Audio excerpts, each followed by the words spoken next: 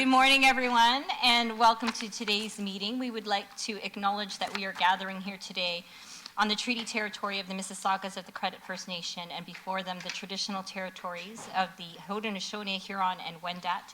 We also acknowledge the many First Nation, Métis, Inuit, and other global Indigenous people who now call Brampton their home. We are honored to live, work, and enjoy this land.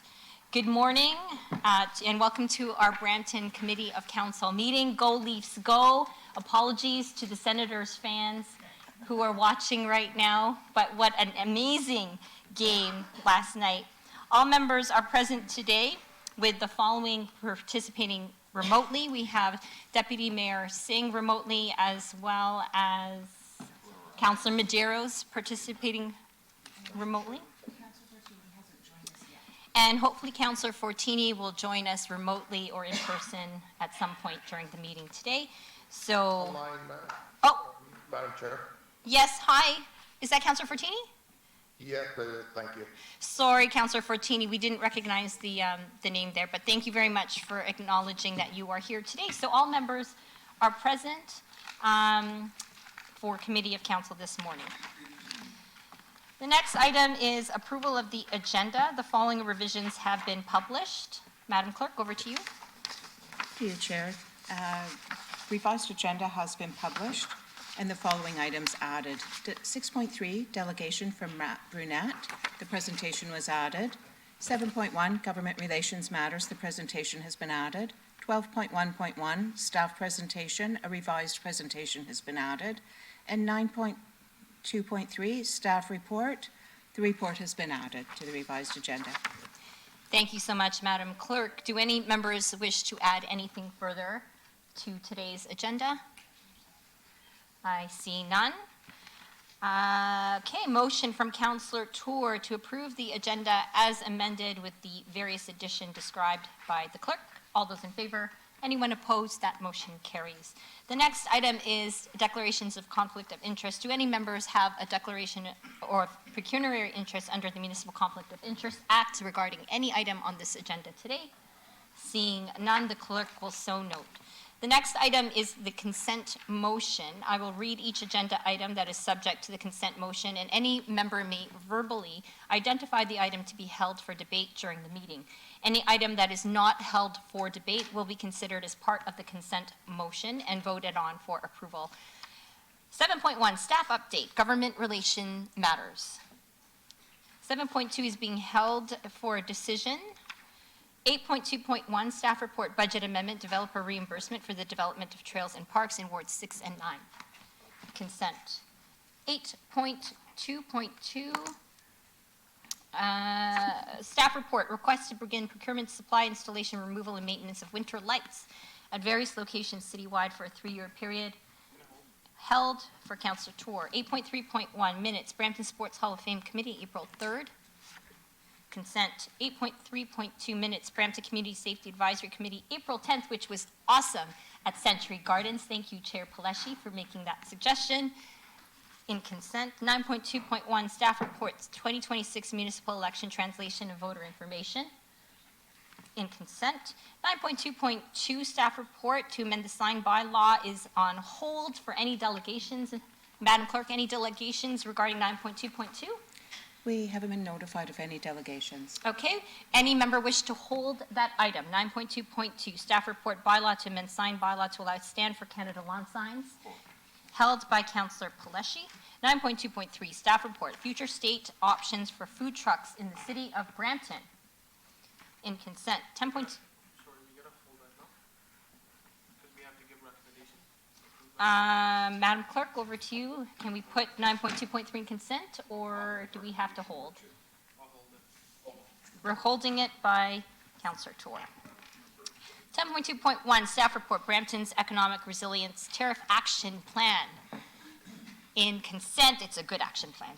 11.2.1, staff report, tax adjustments, cancellations, and reductions pursuant to the Municipal Act 2001. In consent. 11.2.2, staff report, anti-racism and inclusion policy. In consent. 12.1.1, presentation, expansion of the LEAF vacuum program is held. 12.2.1 staff report, expansion of the leaf vacuum program. I believe we're holding because of the presentation as well. 12.2.2 staff report, special event road closure, farmers market 2025, and Rotary Rib and Roll 2025, wards 1 and 3. In consent. 12.2.3 staff report, traffic bylaw administrative update. In consent. 12.3.1 minutes, Environment Advisory Committee. In consent. 12.3.2 minutes, Brampton School Traffic Safety Council. In consent.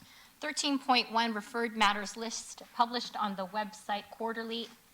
In consent. The clerk will now summarize those items to be included on the consent motion for approval. Madam Clerk, over to you. Through you, Chair, the following items will be included on the consent motion. 7.1, staff update, government relations matters. 8.2.1, staff report budget amendment, developer reimbursement for the development of trails and parks. 8.3.1, minutes, Brampton Sports Hall of Fame. 8.3.2, minutes, Brampton Community Safety Advisory Committee. 9.2.1, staff report, 2026 municipal election, translation of voter information. 10.2.1, staff report, Brampton's economic resilience, tariff action plan. 11.2.1, staff report, tax adjustments, cancellations and reductions. 11.2.2, staff report, anti-racism and inclusion policy. 12.2.2, staff report, special event road closure for the Farmers Market 2025 and Rotary Rib and Roll 2025. 12.2.3, staff report, traffic bylaw, administrative update. 12.3.1, minutes, Environment Advisory Committee. 12.3.2, minutes, Brampton School Traffic Safety Council. And 13.1, referred matters list. Thank you, Madam Clerk. I have a motion moved by Councillor Keenan to approve the consent motion. All those in favor? Any opposed? That carries. The next item is announcements. There are a number of announcements today. Each announcement is provided 2 minutes. The first one, sponsored by myself, is an announcement from the Festival of Literary Diversity from April 27th until May 4th, 2025, by J.L. Richardson, Executive Director, Samantha Clark, Hudson Lynn, and Ardo Omer. The Festival of Literary Diversity are here to present this wonderful announcement with beautiful new t-shirts. Yay! We're just going to start by showing you a video celebrating our 10th anniversary.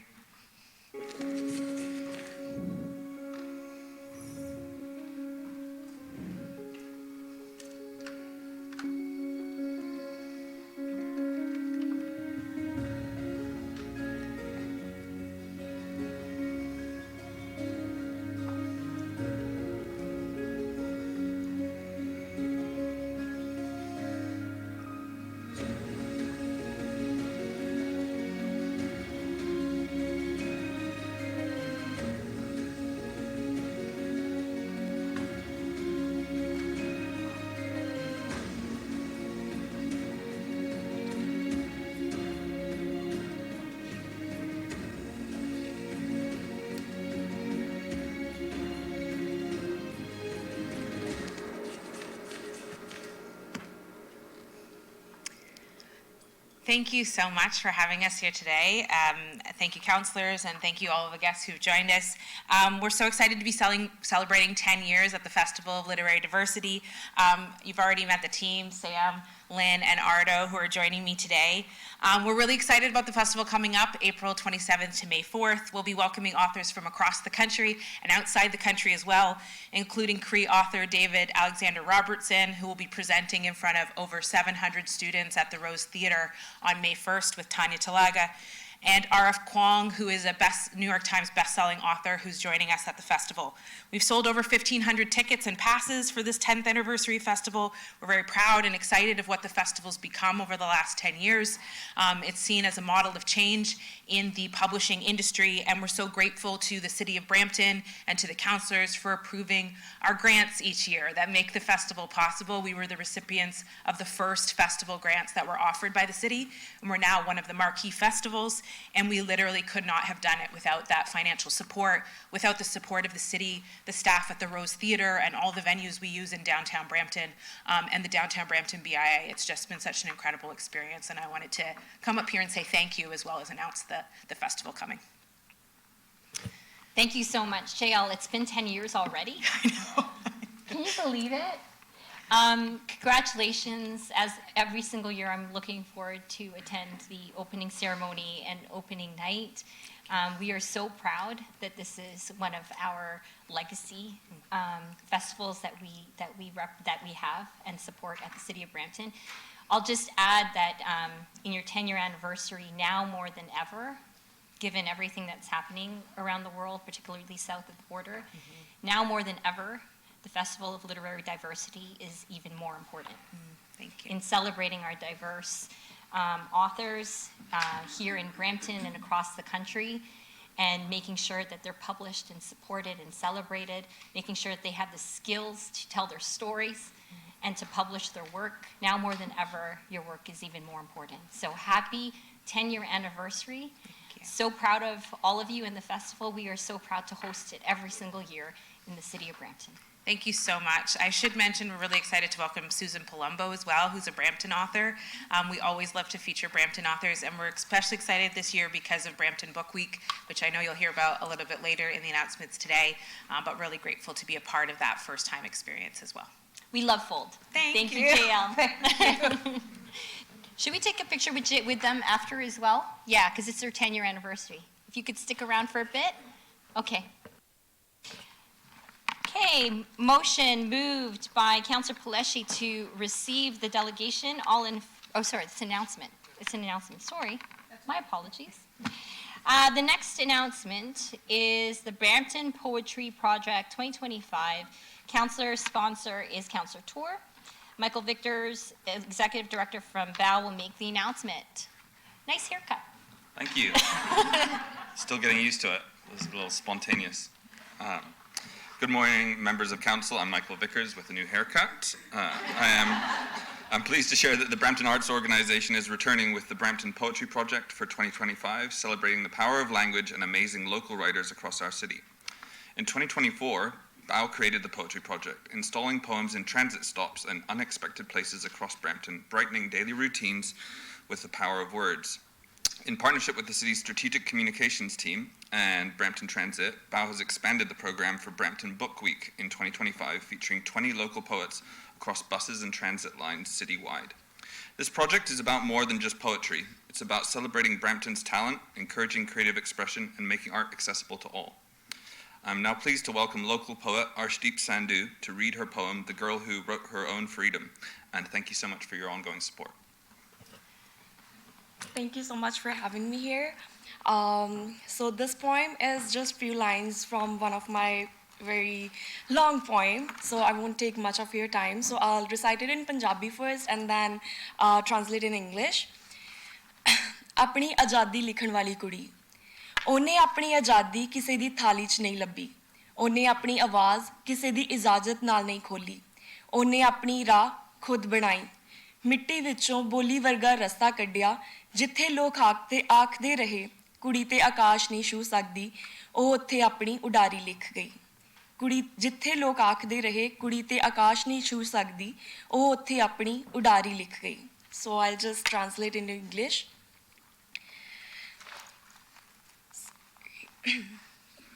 She didn't find her freedom on anyone's plate. She didn't unlock her voice with anyone's permission. She built her own path, pulled a road from the soil like a poem, where they said, a girl or a woman can't touch the sky. That's exactly where she wrote her flight. Thank you. So just wanted to say I'm very grateful to be here in front of all the councillors, and thank you Michael and Bao for initiative of the poetry project. And this poem was inspired from, I come from a very small village from Punjab. So from my life's journey and my victories, this was just a few lines inspired from there. Thank you so much. Thank you so much. Councillor Tour. Thank you, and Michael and Tia as well for sharing that beautiful poem. That's the first time I've heard a Punjabi poem in this council chamber, so thank you for doing that. Well done. And to Michael and the team at BAO, thank you for bringing this project back again. I remember a while ago there used to be this Poetry City Challenge. I don't know if I've talked about it before in this term, Cities across the country used to, at the start of their council meetings, would have their local poets come up and read a poem. It sort of died down, I guess, during COVID. If that's something we can revive, I think that would be great. Maybe that's something we can talk about, but it's amazing to hear this, amazing to see this around the city, so thank you so much. Thanks so much, Councillor Tour. I'd love to start committee and council meetings with a poem in the beginning. Thank you. Our next announcement is the 2024 Tree City of the World designation. Councillor Brar is the sponsor. Adam Barkovitz, Supervisor Forestry Planning. Ed Fagan, Director Parks Maintenance and Forestry. And Bill Boyce, Commissioner Community Services, will make the announcement. Thank you very much. Thank you. Good morning. Through the chair, my name is Adam Barkovitz, Supervisor of Forestry Planning, and I'm pleased to share that the City of Brampton has been recognized as a 2024 Tree City of the World by the Arbor Day Foundation in partnership with the Food and Agricultural Organization of the United Nations. This global program celebrates cities that are committed to the sustainable management and celebration of urban trees. This recognition reflects our shared efforts to integrate sustainability and climate resilience into Brampton's growth and development. To receive this recognition, Brampton has met the 5 core standards of establishing responsibility for tree care, enacting sound policies and bylaws to guide urban forest management, maintaining an inventory of public tree assets, allocating resources for urban forest management, and to celebrate and engage with the public in tree-focused activities and achievements. This recognition aligns with key city initiatives such as the Urban Forest Management Plan, the 1 Million Trees program aiming to plant 1 million trees by 2040, the annual Tree Month celebrations in September. I would like to express my thanks to the Mayor and Council, fellow staff, and community partners for your leadership and support in helping to reinforce Brampton's commitment to environmental resilience and sustainability. Thank you. Thank you so much. And Councillor Brar, the sponsor, will share a few words. Thank you, through you, Madam Chair. Thank you, Adam, and thank you, Ed and Bill, and the whole team for bringing this together. And I think it's a really group effort that we all, have this recognition because of everyone that's part of this program. So just really want to say thank you for all your hard work. And Commissioner Bill Boyce, thank you so much for driving the team as it is. We always see that one person's always in the front, but behind that one person's a big team. So thank you again for everything you do. Thank you so much. Quick question, very quick question, just for clarification. There are very few cities in the world that get this designation. How many around the world actually is the City of Brampton now part of? I think it's like 200 or something. I believe it's 200. We are one of 20 in Canada. Amazing. One of 20 in Canada, City of Brampton. All right, so that concludes our announcements. Would love to take a picture with the Fold for their 10-year anniversary, as well as with the City of Brampton Tree City of the World designation, as well as with Bow. If we could get there's Dave. Perfect. Let's take some photos.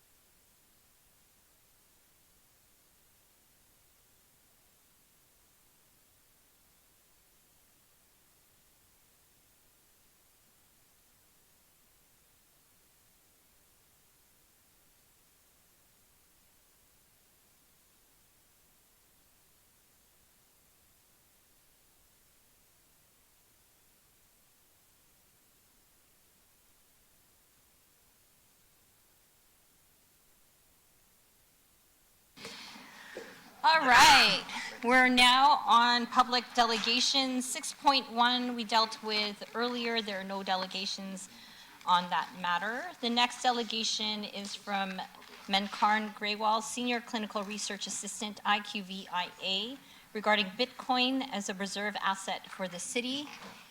Thank you very much. Menkarn Graywal, you have up to 5 minutes. The clock is just behind me over here, and the clerk will remind you of a 1-minute warning towards the end. Okay, I'd like to ask the committee for an extra minute or two. Would that be possible?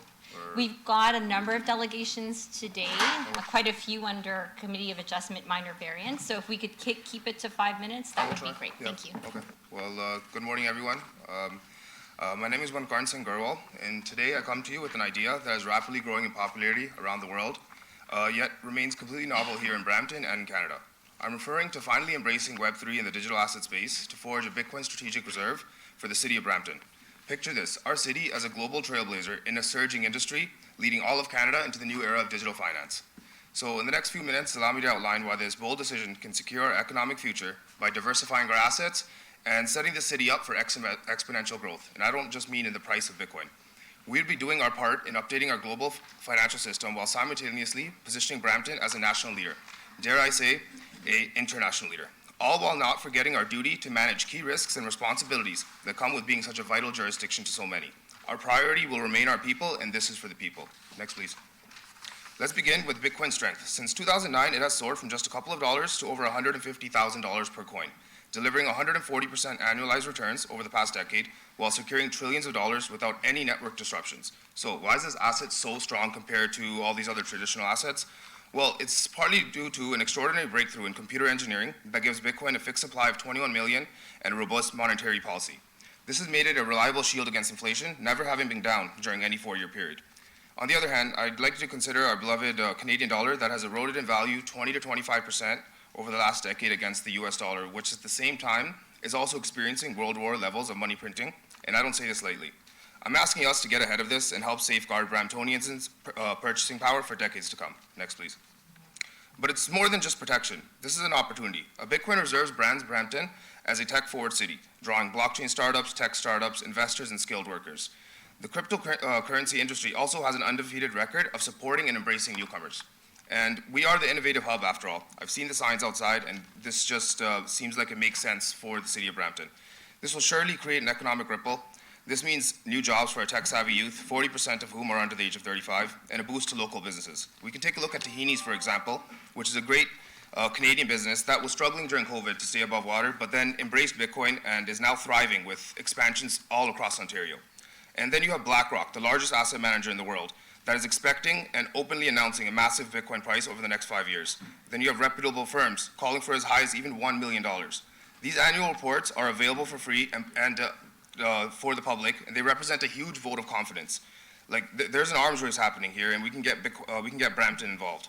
Otherwise, we may regret a lost opportunity that ends up being enormous. To put it in perspective, $1 million 5 years ago would be worth roughly $12 million today, and that could have been used to fund roads, schools, parks, but I don't think we have missed the opportunity just yet. This is growth we cannot ignore, and we have an opportunity to really front-run the rest of Canada and do something revolutionary. Next, please. I know what some of you are thinking, though. What about the volatility? Yes, Bitcoin fluctuates, and it's down this year, but over the last year, it's up 40%, and in the long term, it is a perfect situation for this type of investment because the trend is up.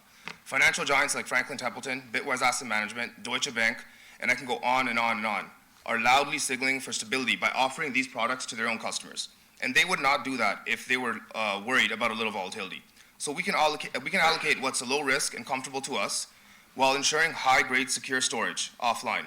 For a city to test drive this has become essentially risk-free. The real risk is standing still, missing a chance to build a financial buffer for crises like housing shortages or economic downturns. And I'm not asking any of you to take a leap of faith, because that would be irresponsible. This is clearly a calculated step that I would be thrilled to discuss in even longer form beyond these couple of minutes. Next, please. There is now a clear regulatory environment as well. There is legitimacy. So much so that emerging crypto renaissance is happening in America as they discuss a $120 billion plan to buy 1 million Bitcoin. And then you have stalwarts like BlackRock and Van Eyck launching 2 of the largest Bitcoin ETFs last year. In fact, BlackRock's IBIT ETF. 1 minute to go. Okay. BlackRock's IBIT ETF was the most successful launch in ETF history just last year, with 500,000 Bitcoin being bought, 350,000 bought by institutions, and only 160,000 mined. So the demand clearly outpaces the supply.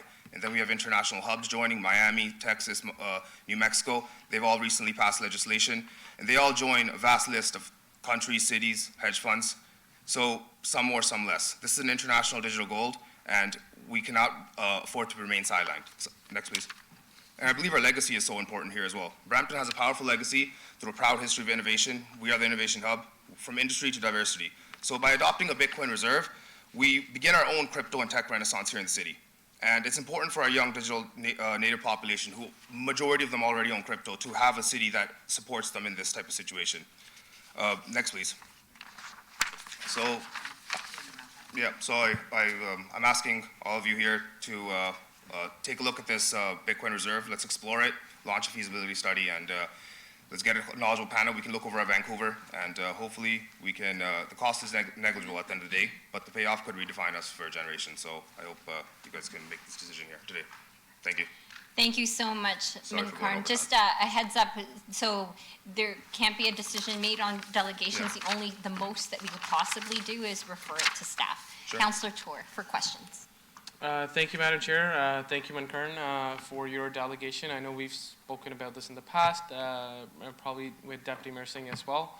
I think he was the one that connected us on this. But thank you for that delegation. I think at this time, if we can just refer this to staff, maybe, perhaps, to finance, to see if this is something that's viable, if this is something that's doable. So I'd like to refer this delegation to staff, to our finance team, to speak with you Sure. on this further, to have that discussion. Yeah, I love that. Thank you. Thank you. Do I get a picture too? Or do I gotta wait? Thanks so much, Councillor Tour. There's a referral to staff for consideration. One more question from Councillor Paleshi.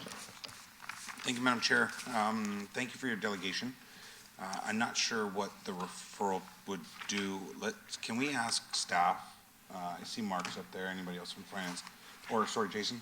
I guess my only question would be, like, I don't know how we do this. We can't invest. We can't do anything like that. Like, I would love to be able to offer Bitcoin or anything. Just while you were talking, it went up 3%. So, fantastic job. Well, But it's mainly to do with what Vancouver is also doing as well, right? yeah, Vancouver's different, obviously. But So Jason, through the chair to the councillor, we can take this back and bring a report back. You are correct. There's very strict regulations under the Municipal Act in terms of what the city can invest in, and strict parameters. We can also look at what Vancouver's done and bring that report back in short order. okay. I see Nash come. Okay, sorry. Please. Yeah. Through the chair, Councillor, you're correct. Like, we have only allowable investment grade assets that we can put our money into, and the city's objective always is preserving capital for the city. Bitcoin doesn't qualify for those assets that we are allowed to invest in. So, like, we can have a chat. It would be an interesting idea, but the answer is that we cannot invest in that. So then maybe what the referral I would suggest to Councillor Tour is maybe a different opportunity where we can start accepting Bitcoin as payment. Maybe that's. Okay, because then we can start accepting it but investing.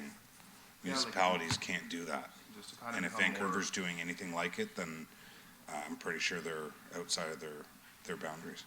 just to become a little bit more like Web3 digital asset space in Brampton, just to accept it a little more. Like, we're the innovation hub. That's kind of why I brought the idea forward today. Yeah, for sure. We can kind of, It's and we have for so sure. many people investing in it, so it's important to kind of have knowledge and resources available to those people, so they're not losing their wallets or something like that. So Yeah. it's getting bigger and bigger. That's kind of why I brought So this opportunities would be great. Unfortunately, we're bound by the Municipal Act. We're creatures of the province.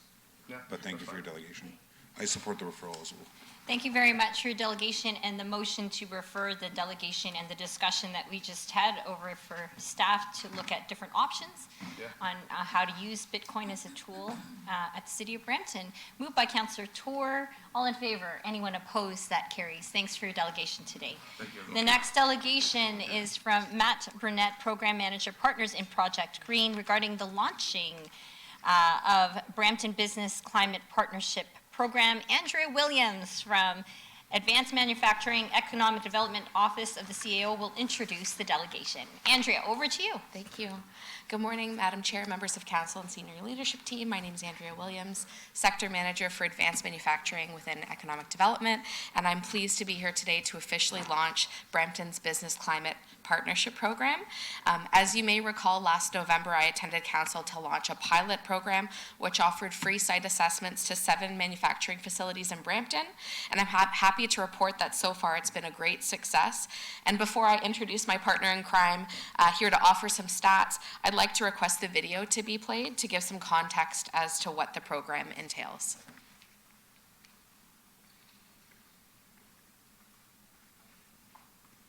Here in Brampton, we are proud to support initiatives that advance sustainability. In April, we're officially launching a program in partnership with the TRCA's partners in Project Green and to help businesses reduce greenhouse gas emissions and find savings to drive innovation. I invite you to visit investbrampton.ca to learn how your company can receive a free site assessment and participate in Brampton's Business Climate Partnership Program. Then, of course, on April 24th, we're excited to have a forum hosted by the Brampton Board of Trade to discuss these green initiatives and how we as a city and how businesses in Brampton can lean in to the green economy. I'm Jason Barber. I'm the Tooling Health Safety Environmental Manager here at Plascoat. We're a division of Magna. Our business is injection molding and assembling of automotive parts. We're always looking to improve. We take pride in our energy monitoring and sustainability initiatives. Last year, we gave ourselves a target to reduce energy by 10% and water by 3%. And we're proud to say that last year we were able to beat those targets through projects like electric forklifts and LED lighting, behavioral changes, things like turning off equipment when it's not in use. We heard about the pilot program through communication with the City of Brampton. Immediately we were interested and requested to participate. So my advice for other businesses on their sustainability journey, think of sustainability as a long-term plan. Number one measure, we need to look at what we're doing today and set out a plan of how to get there. Number two, be patient, be persistent. A lot of this will be behavioral changes. Lastly, get involved with programs like this, collaborating with other industry professionals, partners in Project Green, and utility experts will only help achieve your goals. Wonderful. Thank you so much. So join with me today is Matt Burnett, Program Manager of Partners in Project Green's Energy Performance Programs, and he will be sharing a brief overview of the pilot along with some of the successes and opportunities that we've seen. So I'll pass it over to you. Thank you so much, Andrea. Thank you everyone for having me here today. Really excited to talk about this new program that we've developed through partnership with City of Brampton's Economic Development Team. For anyone that's not familiar with Partners in Project Green, we are a program of the TRCA, developed in partnership with Toronto Pearson. For over the past 15 years, we've been supporting businesses across the GTA with action on their sustainability goals. Next slide, please. So here's a brief overview of the program. As mentioned, we're supporting local businesses with action on their sustainability goals through site assessments and a capacity building workshop. The program is made possible through working with a number of partner organizations, including the city. Some of the partners that we work with include Save On Energy, Enbridge Gas, and the region of Peel. The site assessments, our goal is really to identify opportunities for energy efficiency, greenhouse gas emissions reductions, water savings. We also look at the external part of the property for opportunities in green infrastructure, low impact development, and best practices in winter salt management.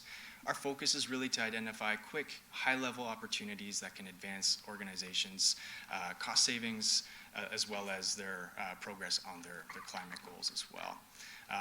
Next slide, please. Yeah, we can do So we've been happy to pilot this program with 7 organizations from the City of Brampton over the last few months. As you can see here, here are the results of the assessments that we provided. The values here are estimates based on the information that we can collect during a site assessment or what we observe while we're on site. The different opportunities range from low-cost, no-cost opportunities, things such as temperature setbacks or behavioral changes, to feasibility studies, to more capital-intensive projects like equipment retrofits.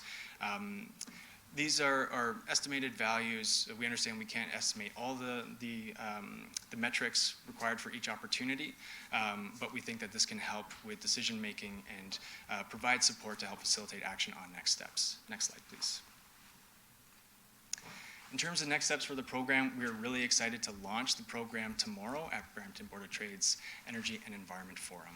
There's a link there for more information, and I know that I'm at time, so I just want to take this opportunity to thank Mayor Brown for his support in the program and thank members of council for their support of the program as well. We really believe that municipalities are at the forefront of sustainability action and helping everybody reduce their global impact on the environment. Thank you. Thank you so much for the delegation as a board member of the TRCA and then Vice Chair of Economic Development. Being on that tour with Plastcoat was really fantastic to see how Project Green is actually helping not only the environment but also savings for the business as well. So thank you very much for the delegation. Councillor Tour has a couple of questions. Thank you, through you, Madam Chair.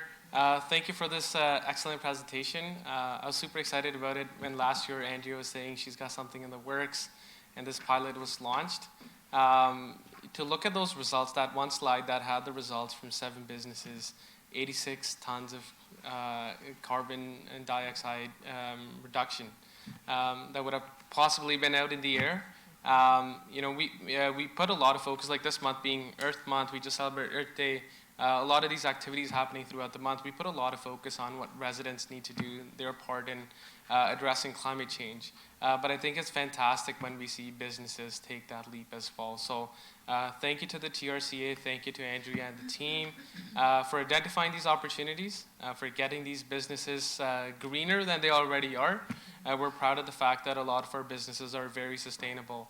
But you can always find that room for improvement like we see in that slide, and that's amazing. Like those numbers, honestly, those numbers are amazing. I think that's more than our residents could put together as an effort and do individually in their homes, what we're making businesses do here. So and it's just the beginning. It is just the beginning. So my question to you on that I was going to ask is, this was the pilot project. What is the next step from here? How many businesses? How's this program going to roll out across the city? Yeah. So we're very excited to launch it tomorrow at Brampton Board of Trade's. Okay, so don't reveal secrets then. So we will be launching the program with capacity for up to 10 site assessments. So organizations can submit a submission of interest, and then we'll connect with them to identify and confirm their participation in the program. And in addition to that, we'll be doing a public capacity building workshop where we'll be able to provide broader education for other organizations that might be in different stages of their journey as well. Awesome.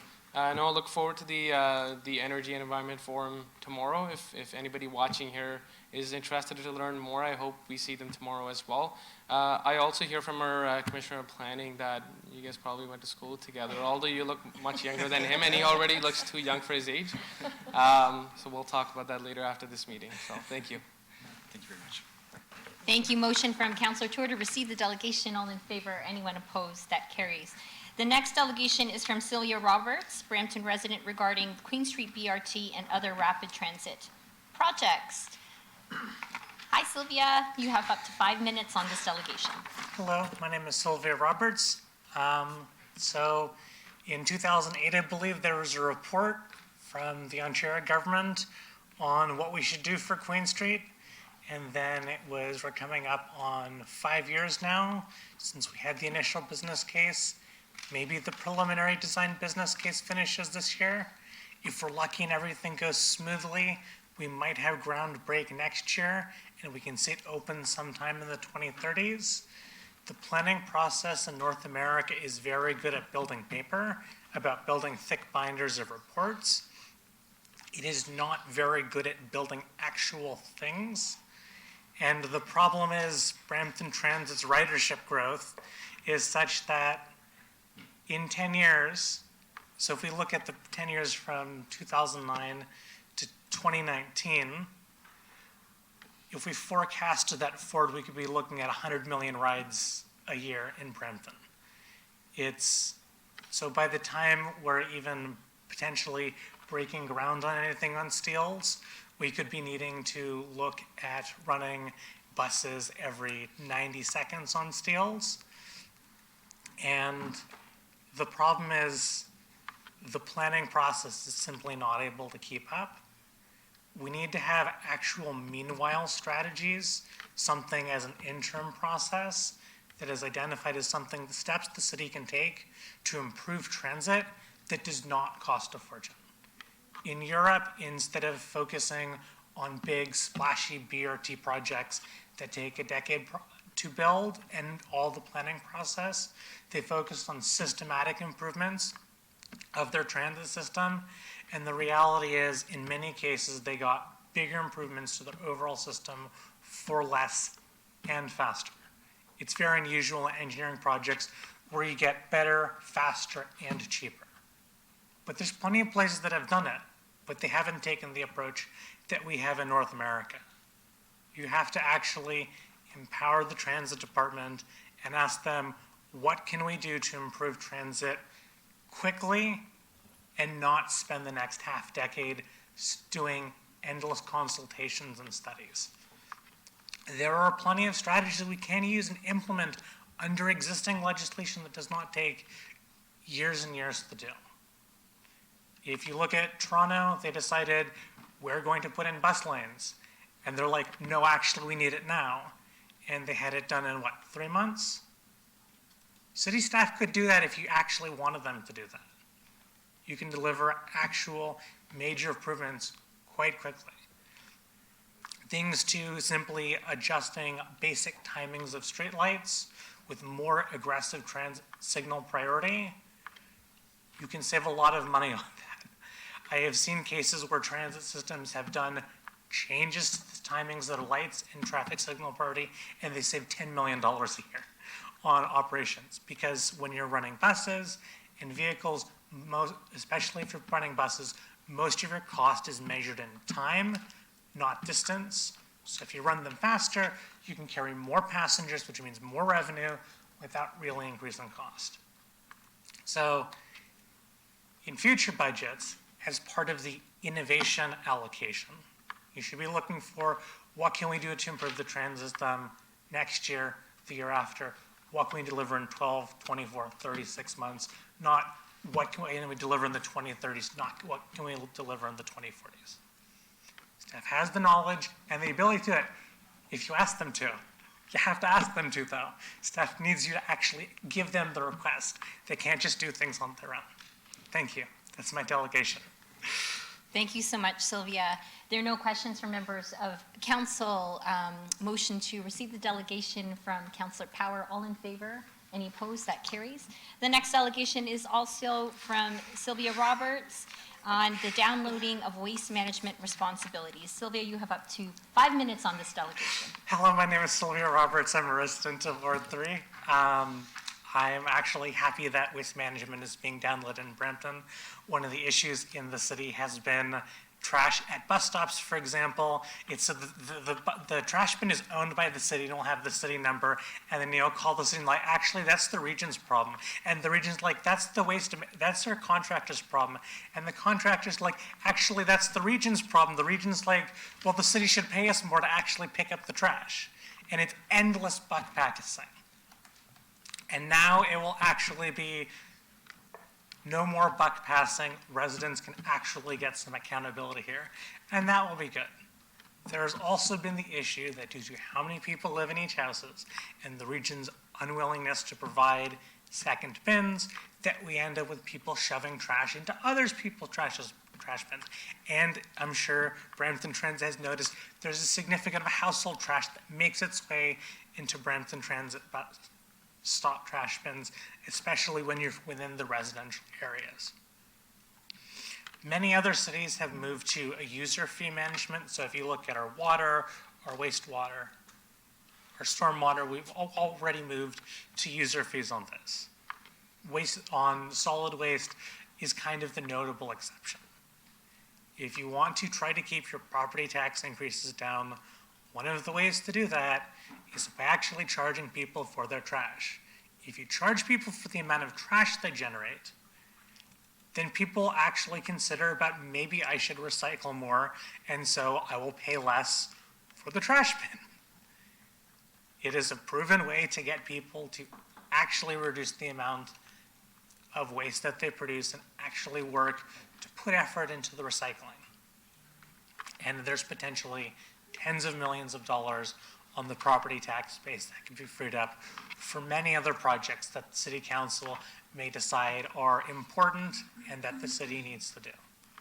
That's your decision on what to do with the money, but it is something that is worth considering on how do you come up with ways to keep the property tax bill increase while also creating a clear linkage between you generate this amount of trash, you generate more trash, you pay more for the trash.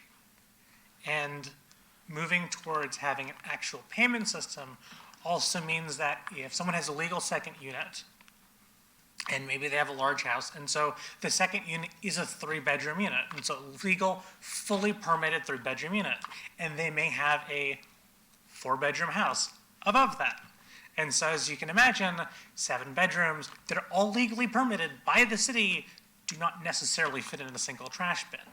And by having a payment mechanism, it means that if I have that second unit and I'm making, what is it, $1,400, $1,600 a month on a 3-bedroom, then yes, I could pay $40 or more a month, and then I can have that trash bin, and then I don't have to worrying about tags or taking stuff to the dump.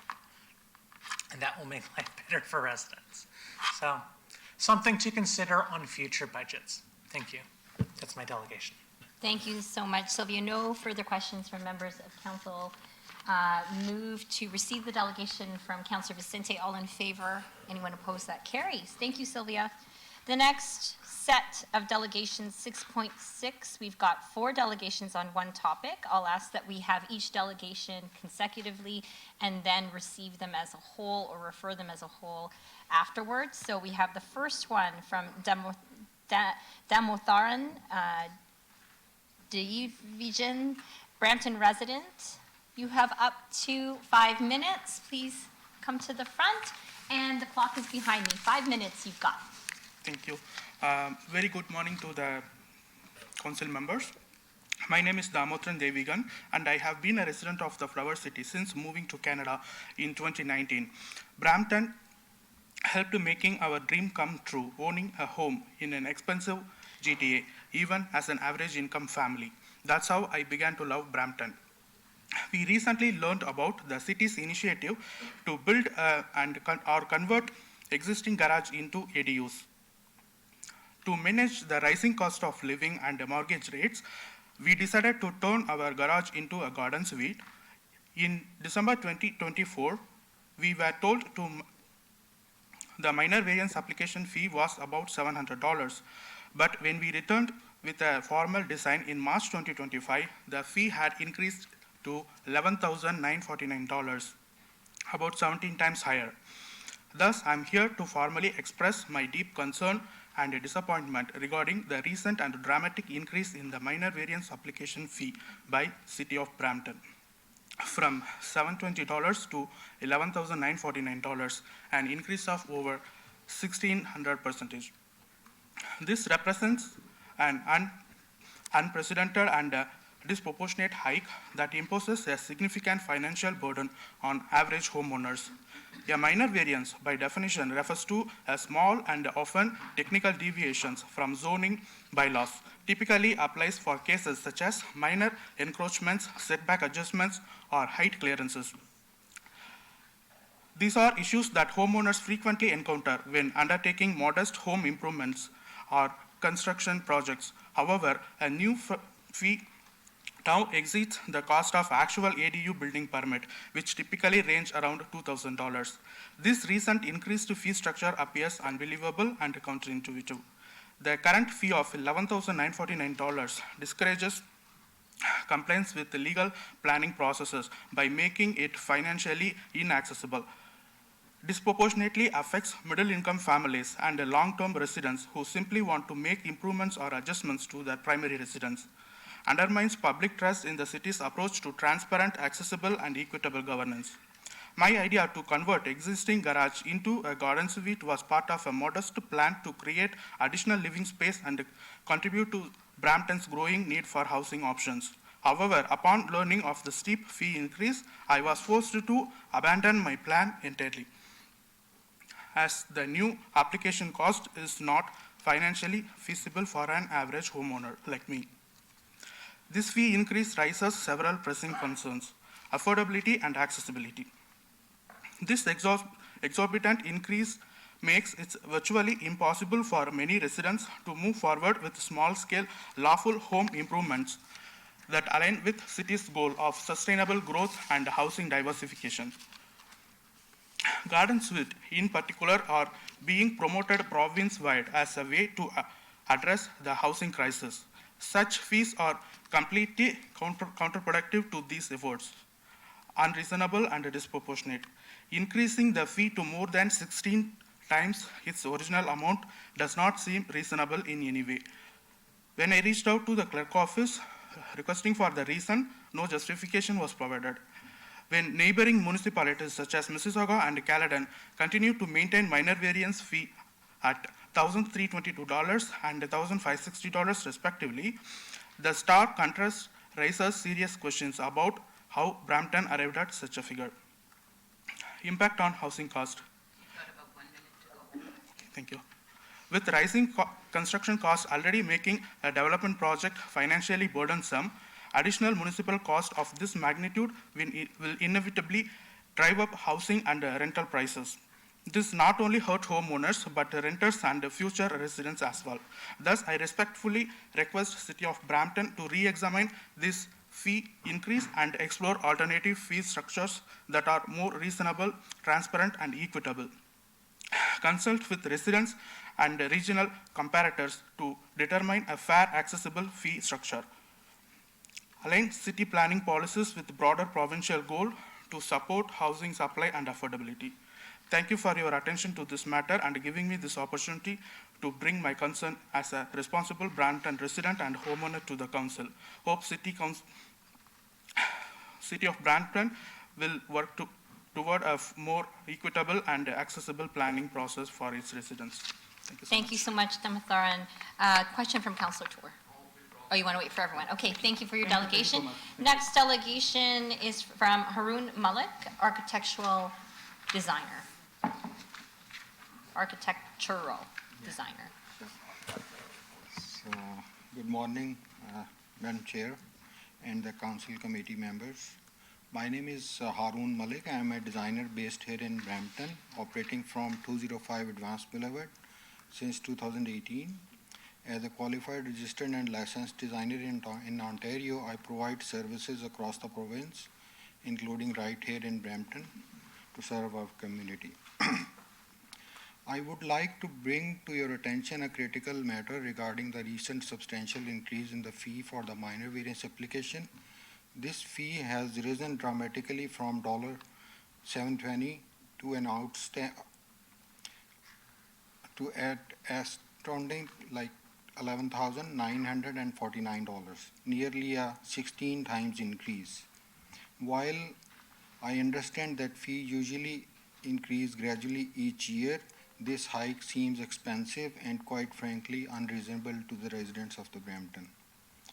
From my experience working closely with the homeowners for different sort of projects like the residential projects, I can tell you that the such high application fees create an overwhelming financial burden. These costs deter homeowners from making necessary modifications to their properties, which not only limits their ability to improve their homes, but can also result in increased violation of zoning regulations and a tendency towards non-compliance with the city's zoning bylaws.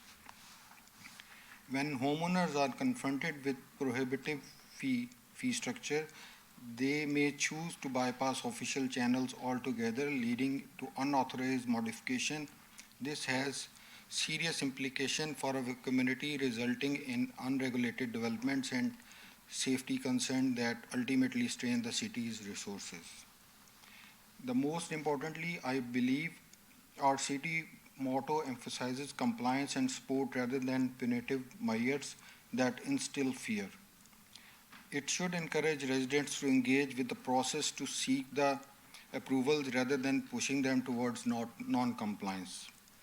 Therefore, I urge this council to reconsider the current fee structure for minor various application and adopt a more reasonable fee adjustment. A fair fee system would not only empower homeowners to enhance their properties but also promote adherence to the zoning bylaws, ultimately benefiting all the residents and the city of Brampton as a whole. Thank you for giving me this opportunity to present this critical issue in front of the City Council. I look forward to your response and sincerely hope for a positive outcome that reflects the best interest of our community. Thank you. Thank you so much, Haroon. The next delegation is from Salman Elahi, another architectural designer. Salman, welcome. You have up to 5 minutes. Good morning, council members, city staff. My name is Salman Elahi, and I have my own company of architectural designer Shaffing, operating from town of Oakville. I would like to say that I'm also one of the member of Committee of Adjustment in town of Milton. We do represent a lot of applications all across different municipalities, including City of Brampton. Last year, we did more than 100 applications in the City of Brampton alone. But with this recent increase in minor variance fee, which is from $700 something to $12,000 approximately, that is considering a lot. If I look at different applications all across GTA municipalities, they are ranging from $1,000 to $4,000, okay? And I would like to say one more thing is that previously $720 in City of Brampton, it's very easy for us to convince our clients that, hey, go for a minor variance applications, get it approved, and then come back to the building permit stage. That is very easy. Knowing the fact that it is always a 50-50 outcome from the minor variance committee, clients, they usually take that risk of, which is a very nominal amount. But now it's very hard to convince a client to pay $12,000 as a minor variance plus another building permit fees, and where the outcome is 50-50. If it is rejected, means that $12,000 is going to be waste. So I request council to accept this request and reconsider a very balanced approach.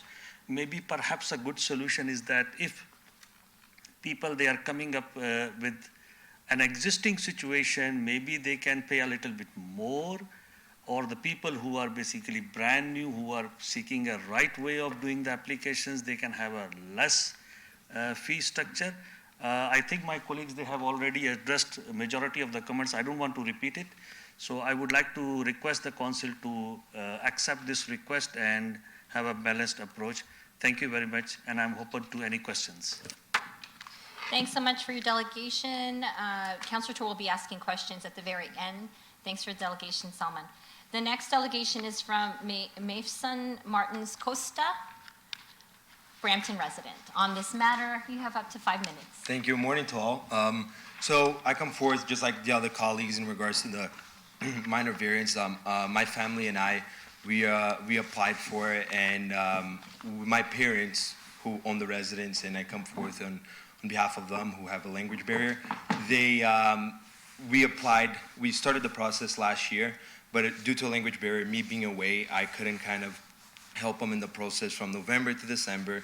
And then once we come into January, we have this new fee, right? Everybody spoke about how much kind of raised from one year to the other, right? Which is significantly extremely high for residents and for the general income of the population, really, right? For such minor thing that, like mentioned, would take a 50-50 chance that you could go ahead with it or not, right?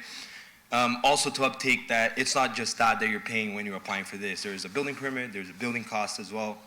And a lot of times the building cost could be 1/4 to 1/6 of the value that you're really applying for that variance as well, right? So just kind of not to hit the same topic that everyone mentioned, it's really just kind of like a review on that price for a minor variance, because it helps for other homeowners to try to apply and upgrade their homes, and even helping with whether it's a housing crisis or whatnot. So we'd just like to get that reviewed.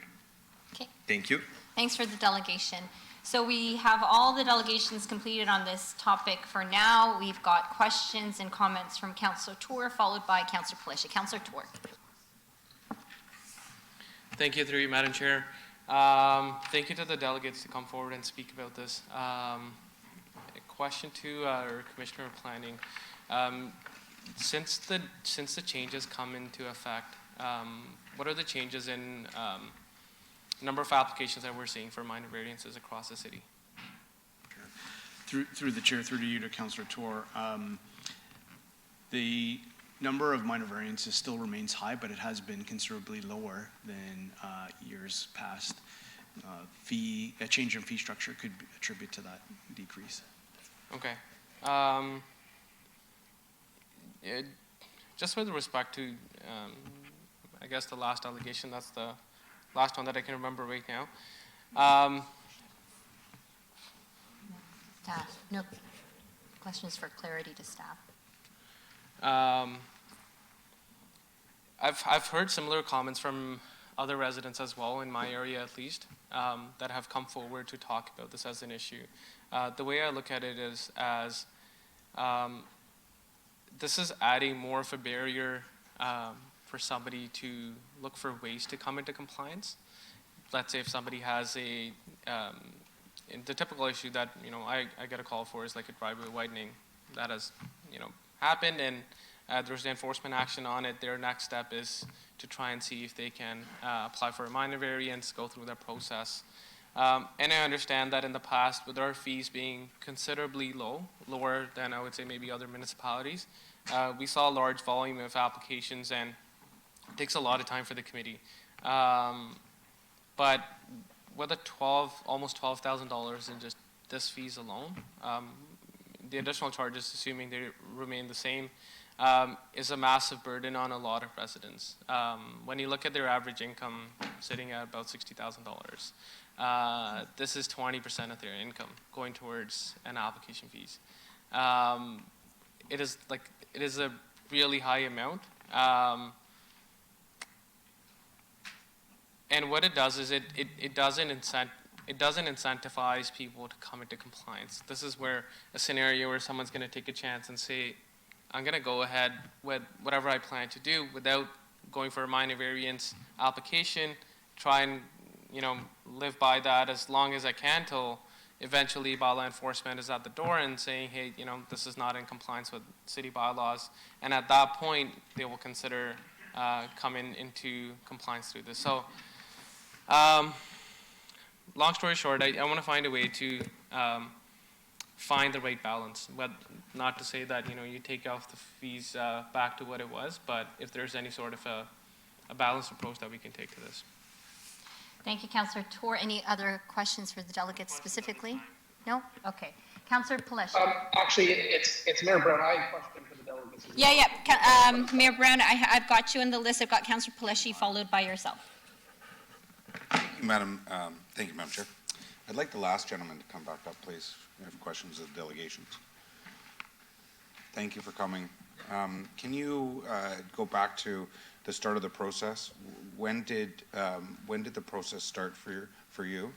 And what? Sorry. It was towards the last week of November into December, right? And then I had to step away from the country myself for personal reasons. And I'm going to ask you bluntly. Did that process start because you guys were thinking that you were going to do this, or is that when the correspondence and everything started happening with the city? Sorry, could you repeat that? So if we already had the So when you said you started the process, was that because you were kind of thinking about doing whatever needed to be done, or was that the actual correspondence and working with the city started? It was to work with the city, right? Okay. So if I was to ask you to prove it, no problem, right? You can prove it? Yeah. So I was very clear in the start of this. If anybody started before the process, that's the fees that they paid. So I think you got caught up in the glitch. I apologize for that. And staff will reach out to you to make sure but you have to prove it. Cool. That's all I have to say. I didn't agree, thank you very much. No problem. I didn't agree with the increase of fees. I still don't agree with it. That's a lot of money for cost recovery. And I would, if we're gonna do anything, I would go back to staff to challenge you. If that's what it costs you to put forward an application, do better.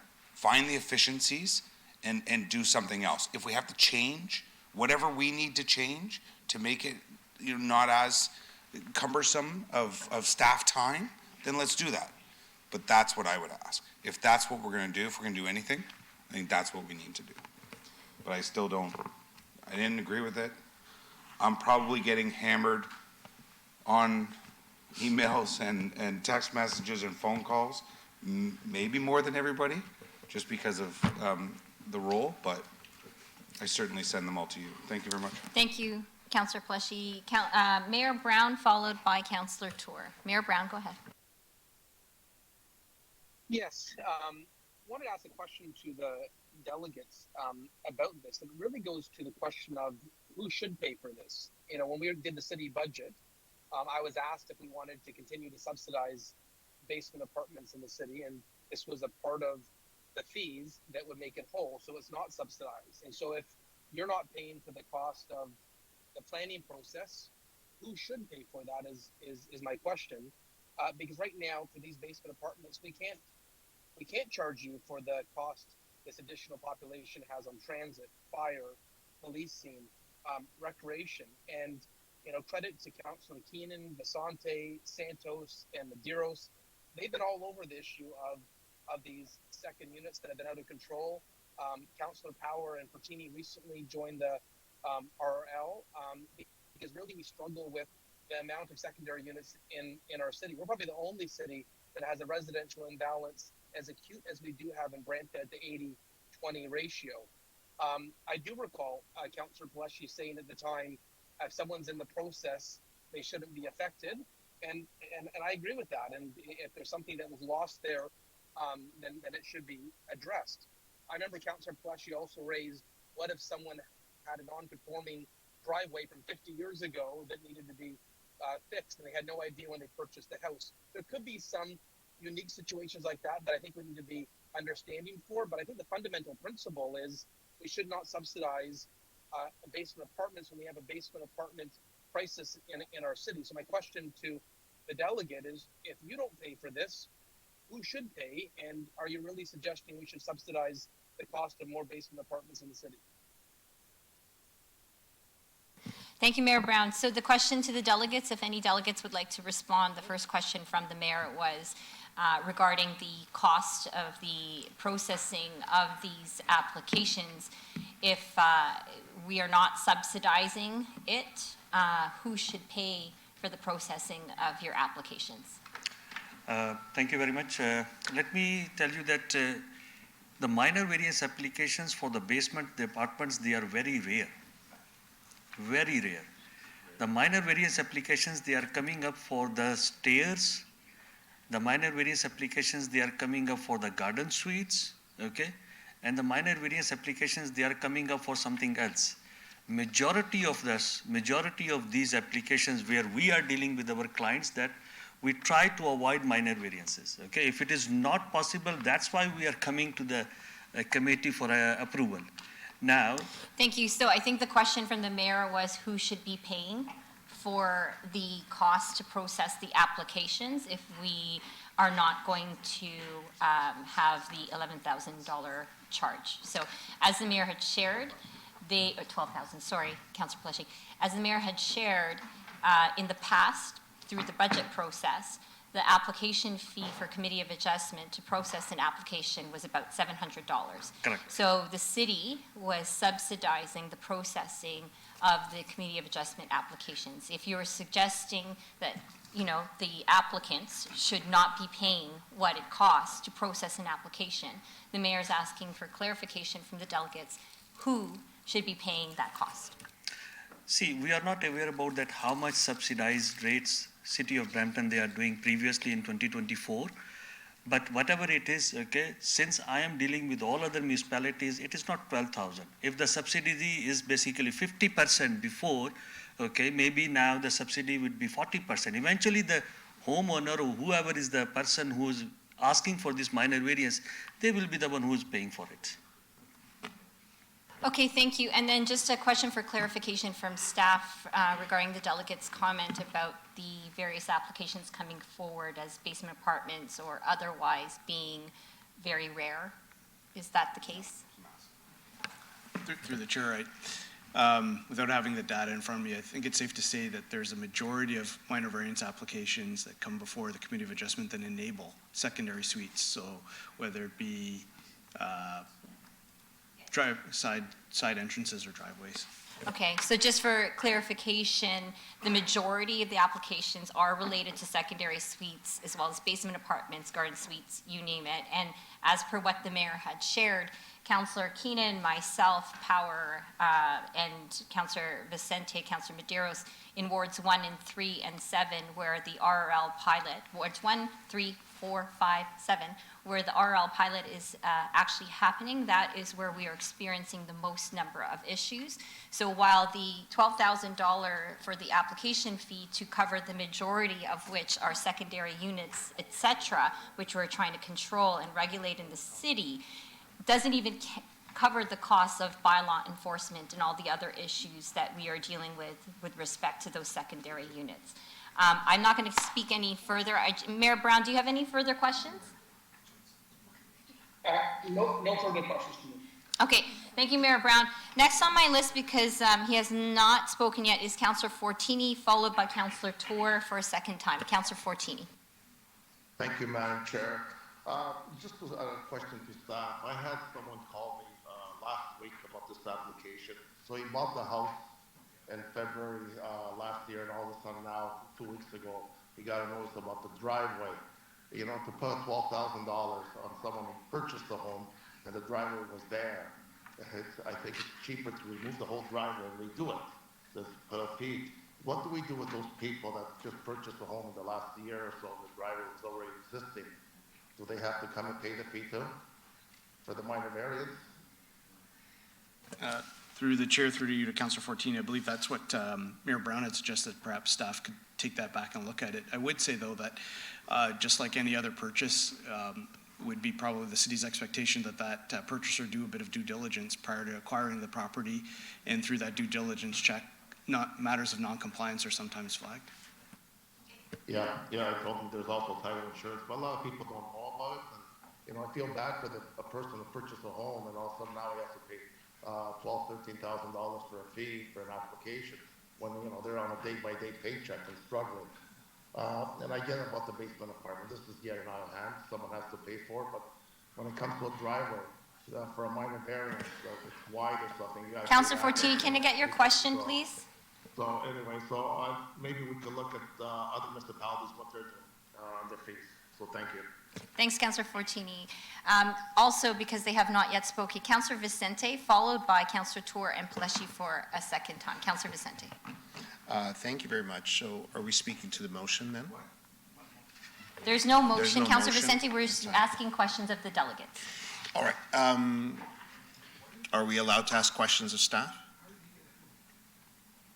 You can ask questions of clarification to staff and very specific questions to the delegates. Through you, Madam Chair, to staff. So can you provide us with just a very high-level understanding? If, when the development many years ago was constructed, if the builder at that time had chosen to put in the place of one home, instead had chosen to build a duplex or a split in that same space, how would the fees charged by the city, development charges, et cetera, have been different or higher, I would imagine, to what degree? So we have Sorry, Councillor Vicente, the clerk is advising me that your question's a bit off. Can you just be more specific? Trying to understand how the fee structure might be different if the house had originally been built as a 2-unit. Through the chair, through to Councillor Vicente, I'm afraid I don't have a specific answer. Without having a particular address, I wouldn't be able to take a look and give council advice at this time on this question. But it's fair to say it would have been much higher than the fee that we're charging now, right? Through the chair, without knowing what the previous terrace and fee bylaws are, one could assume that would be the case. Well, I just think through you, Madam Chair, that's an important consideration. If we're looking at these fees, that's really what we're doing here. You're changing a single unit, a single family dwelling into. Sorry, Councillor Vicente, we're not changing anything. The delegates are just delegating to council for a decision that was already made by council. No further questions. Commissioner, did you need to respond? Just a point of clarification there to Councillor Vicente through the chair. The rationale, the key driver for the change in fees was to aim towards full cost recovery. The old fee structure, the city was recovering only about 6% of the true cost. Everything from the time an application is submitted to when clerks processes it, to public notification, to the actual hosting of a committee hearing and whatnot. The new fee structure brings it into 100% cost recovery, which I believe is what the... Thank you. So the clarification regarding the cost that on a decision that was made already by council was for cost recovery. So the $12,000 for the processing of an application to Committee of Adjustment is full cost recovery. Thank you. Councillor Tour, followed by Councillor Paleshi. Thank you, through you, Madam Chair. I see us getting into discussions here, so I would just say instead, if I can refer this, all these delegations to staff to report back on any possibility or like any possible changes to the fee structure here. I'd actually like to have a thorough discussion on this when this comes back, and I'd like to actually see that come back next week at council. Just doesn't have. We've had a report on this in the past. I don't think it would take much work to revisit it if we can get this back next week to council. Thank you, through you, Chair. Thank you, Councillor Tour. Just clarification from the clerk. A decision was already made on the fee structure. If we refer this to staff for consideration, would that mean we have to reopen the decision that was made by council?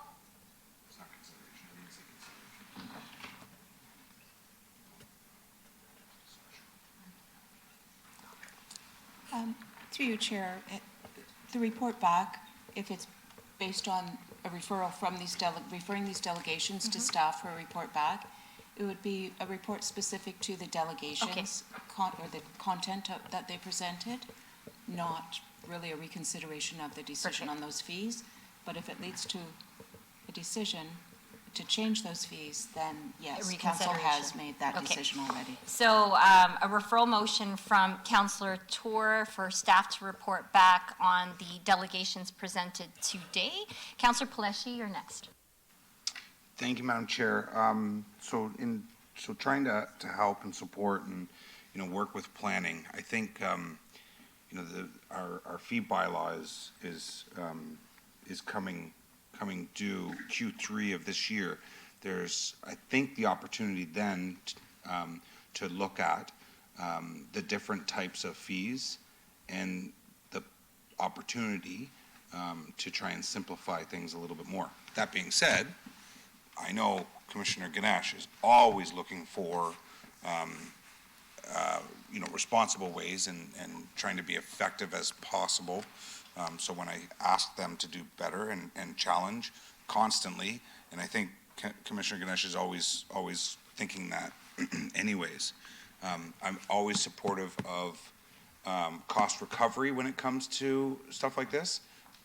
When we talk about rec centers, that's different. When we talk about kids, that's different. But any additions to your house or your investment shouldn't be on the backs of anybody else in the city of Brampton. So when I say that I didn't support and I don't support that massive increase, I think it's then a challenge for us to hopefully do better, but also look at different ways that people don't get caught up in the midst of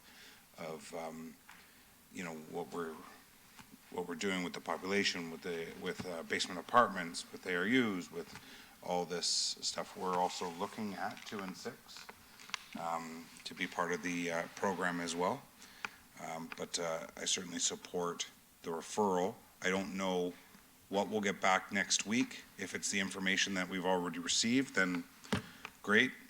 But as for any changes, I would task staff to look at the Q3 of this year when that new fee structure comes back. Steve? Through the chair, through to you, Councillor Paleshi. For clarification, it's the new comprehensive zoning bylaw that will be coming to Planning Committee next month. That comprehensive zoning bylaw will spell out new dimensions for things like driveways, which have been top of mind for council. We anticipate that new zoning bylaw being fully endorsed by Q3 of this year. That may remedy some of the issues and need for minor variances going forward, which would allow the fees to remain the same. But it's my understanding that the report back next week is solely just to address the questions asked of the delegates today. With all of the information that's been provided to members of council already? Yep, we can append. When they made this decision? Yep, okay, I'm good with that. Thank you, Madam Chair. Thank you so much, Councillor Paleshi. Councillor Fortini, your hand is up for a second time. Do you have anything further to add, or did you forget to put your hand down? Councillor Fortini?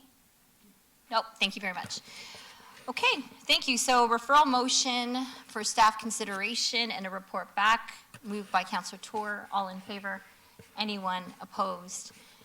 That is passed. So delegates, your delegations have been forwarded to staff, and staff will be reporting back to council in response to your delegations. Okay, thank you for coming. The next delegation is from Ana Gonzalez, Festival Organizer, Colombian Independence Day Festival. Ana, welcome. There you are. You have up to 5 minutes for your delegation. Very quick. Hi, my name is Ana Gonzalez. I'm with the Brampton Columbia Independence Day Festival. I'm the festival organizer. Thank you for taking the time to have me over here. Basically, it's just I would like to share our culture, and also we have a lot of kids activities. We have Zumba, we have Colombian food. So I would like to share all my culture with everybody in Brampton and different nationalities. So that's why I'm here.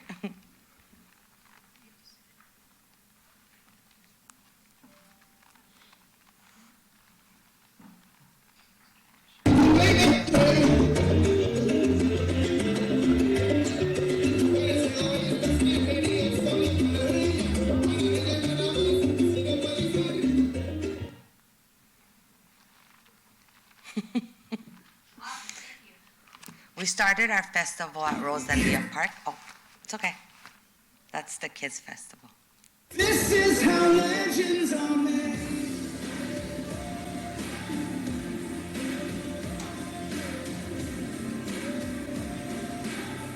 This is how legends are made.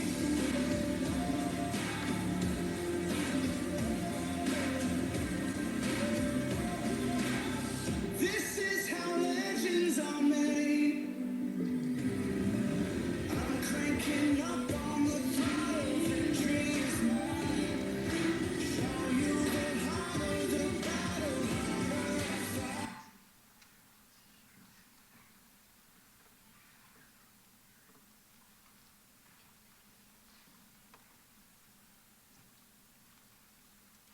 So we started our festival at Rosalia Park 2 years ago. Then we transferred over to Ken Williams because our festival was getting bigger, and this year our festival is getting much bigger because we're going to Gage Park. So that's why. Thank you so much. Looking forward to it. Thank you. Motion from Councillor Keenan to receive the delegation. All in favor? Anyone opposed? That carries. Next item is 7.1, which was put into consent, 7.2 in consent. That brings us to community services, which one item was held by Councillor Tour, request to begin procurement, supply, installation, removal, and maintenance of winter lights at various city locations for a 3-year period. Councillor Tour. Through you, Madam Chair, asked this question to Ed already, but I'll just ask it here again for the record. I just want to make sure that the list of 5 locations where we currently do winter lights don't include any in wards 9 and 10. Is there a plan to include those two wards part of this program? If so, I'm happy to support this. Through the chair to Councillor Tour, we can certainly take that back and look at kind of dispersing it and spreading these throughout the city. Once we go for procurement, get the pricing back, we can come back with some options. Okay, Speak with and so at a later time, we'll decide how many locations we do it at and where we're doing it, Correct. right? Okay, sounds good. Thank you. Thank you. Motion from Councillor Tour to approve the staff report. All in favor? Anyone opposed? That carries. My apologies as chair. I was supposed to go back to 7.2 correspondence from Peel Regional Clerk regarding the requesting consent to bylaw 18/2025. Is that correct? Okay. So I believe there is a decision to be made on this item.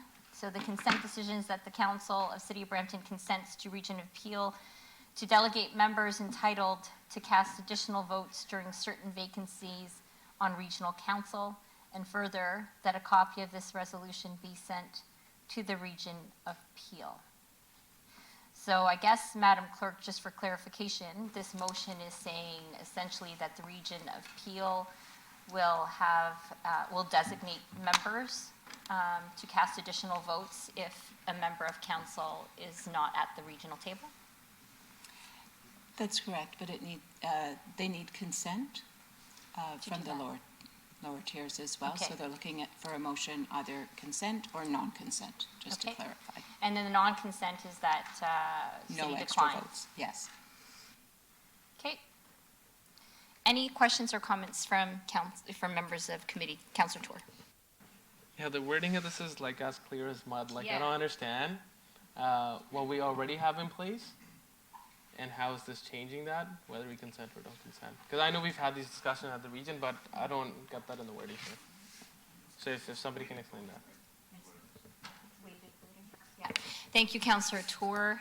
Madam Clerk, any further clarification on this one? Because I agree it is a little bit unclear. From my perspective, the City of Brampton Council should be the one to decide who at the region should be represented should a member at the regional table not be available. So for example, we have the proxy vote, where if I'm not attending regional council, I could give my proxy to Councillor Keenan. We also have the alternate member, whereby if I don't attend regional council, I could appoint Councillor or Deputy Mayor Singh as my alternate. So is this now saying that we are consenting as a City of Brampton for the Region of Peel to make that decision for us? That's where it's a little bit unclear to me.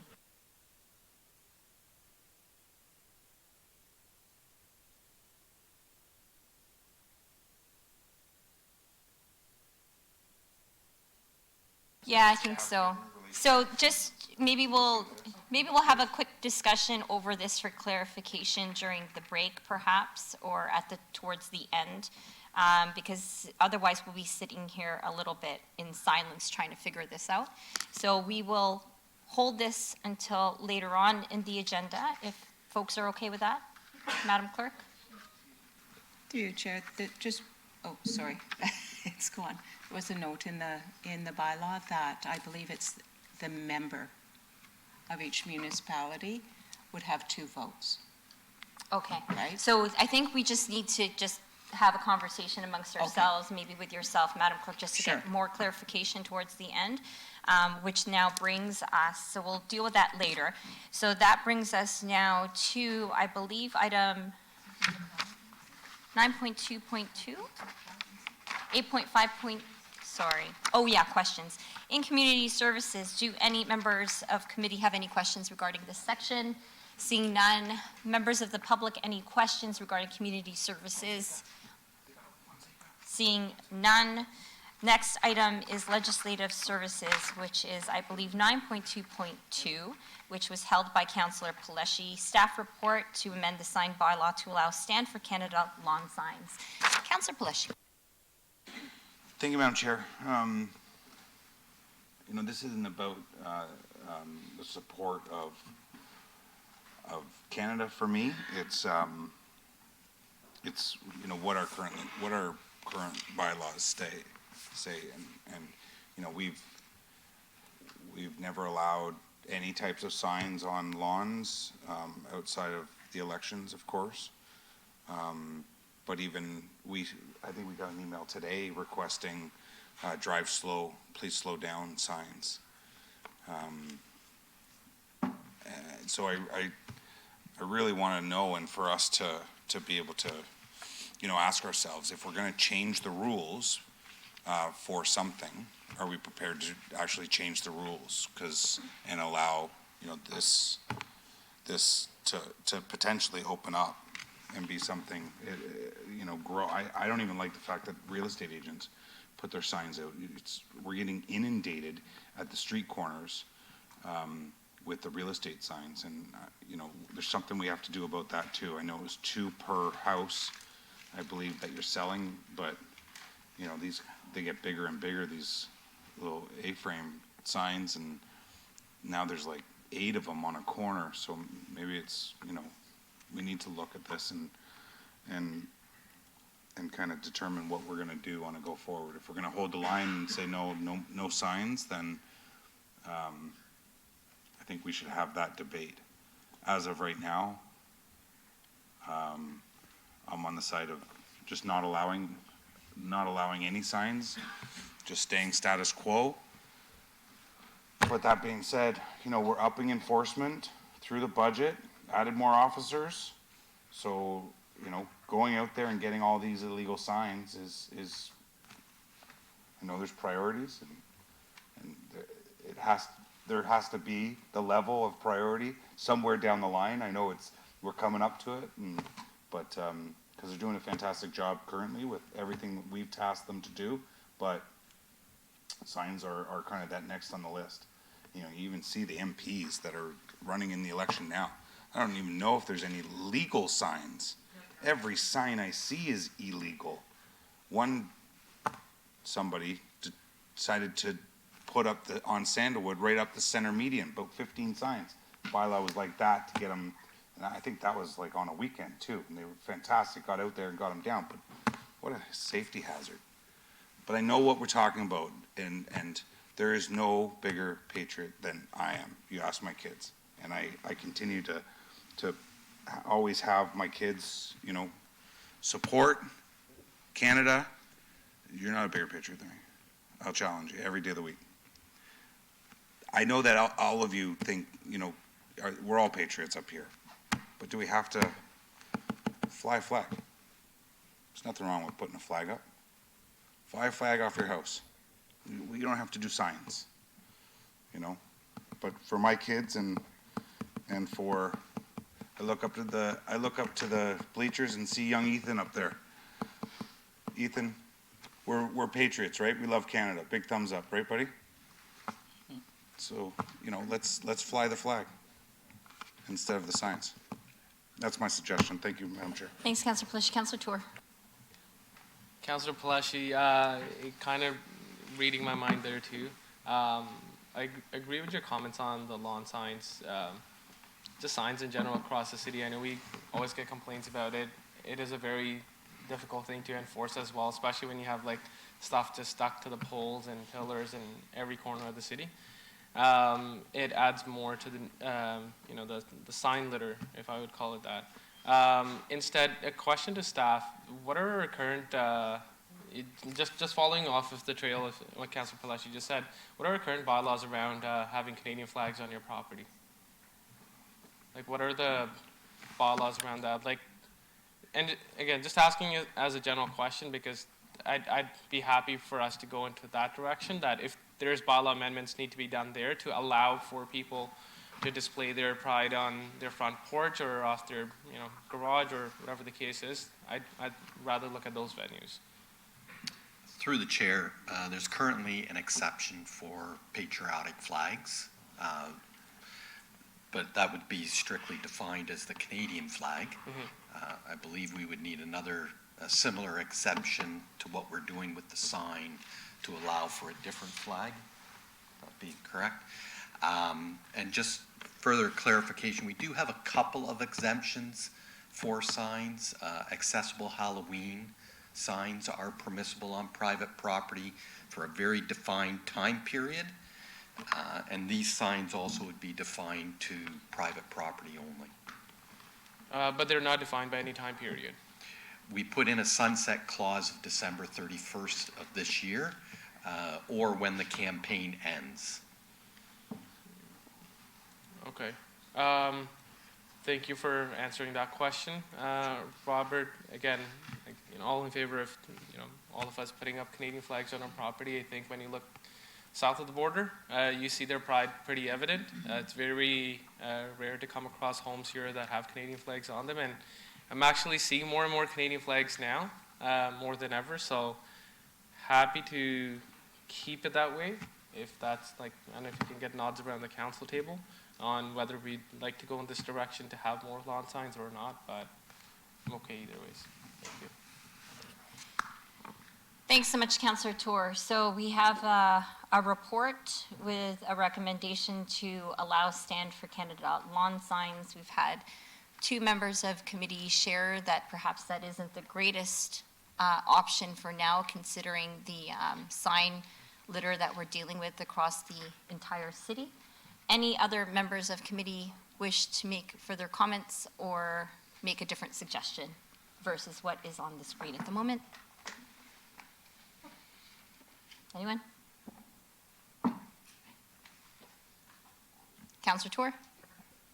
I'll move it then to not go ahead with this bylaw amendment. So moved by Councillor Tour not to amend the bylaw, essentially. Just to receive the report. Moved by Councillor Tour to receive the report. All in favor? Any opposed? That motion carries. All right. Signs are always fun to deal with.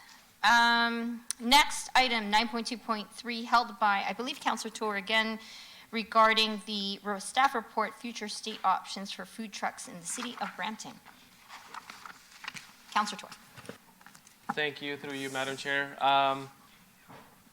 First of all, thank you to the staff for putting this report together for the food trucks in the city.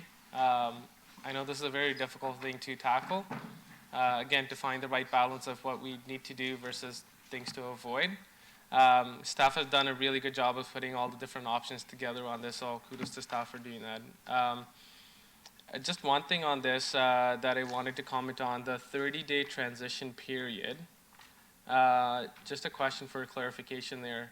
So that 30-day period starts basically from when we adopt this bylaw, and it automatically starts the 30-day clock for people to come into compliance. Is that correct? See nods on that? Okay. I'd like to see us approach that part a bit differently, just because, frankly speaking, people don't know about changes in bylaw till they're in violation of them. A 30-day period is also not a long enough period for a business to relocate, to get to a new place.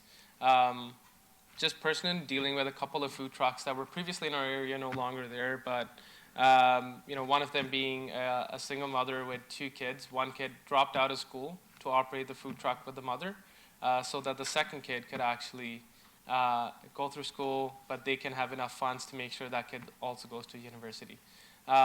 There's situations like that I come across, and I remember her landlord was no longer allowing her to have the food truck. She only had 30 days to find a new spot, and they had a very difficult time to do so. So I would actually suggest that if that instead, I don't know, like a 60-day period maybe, but can we find a way to actually notify the food trucks by hand that you're saying that here's the new bylaw starting today, that you've received this now, you have 60 days that if you're, to come into compliance, you may not be in compliance, you need to look at a new location to move your food truck to. I think that's something I'd like to see in this.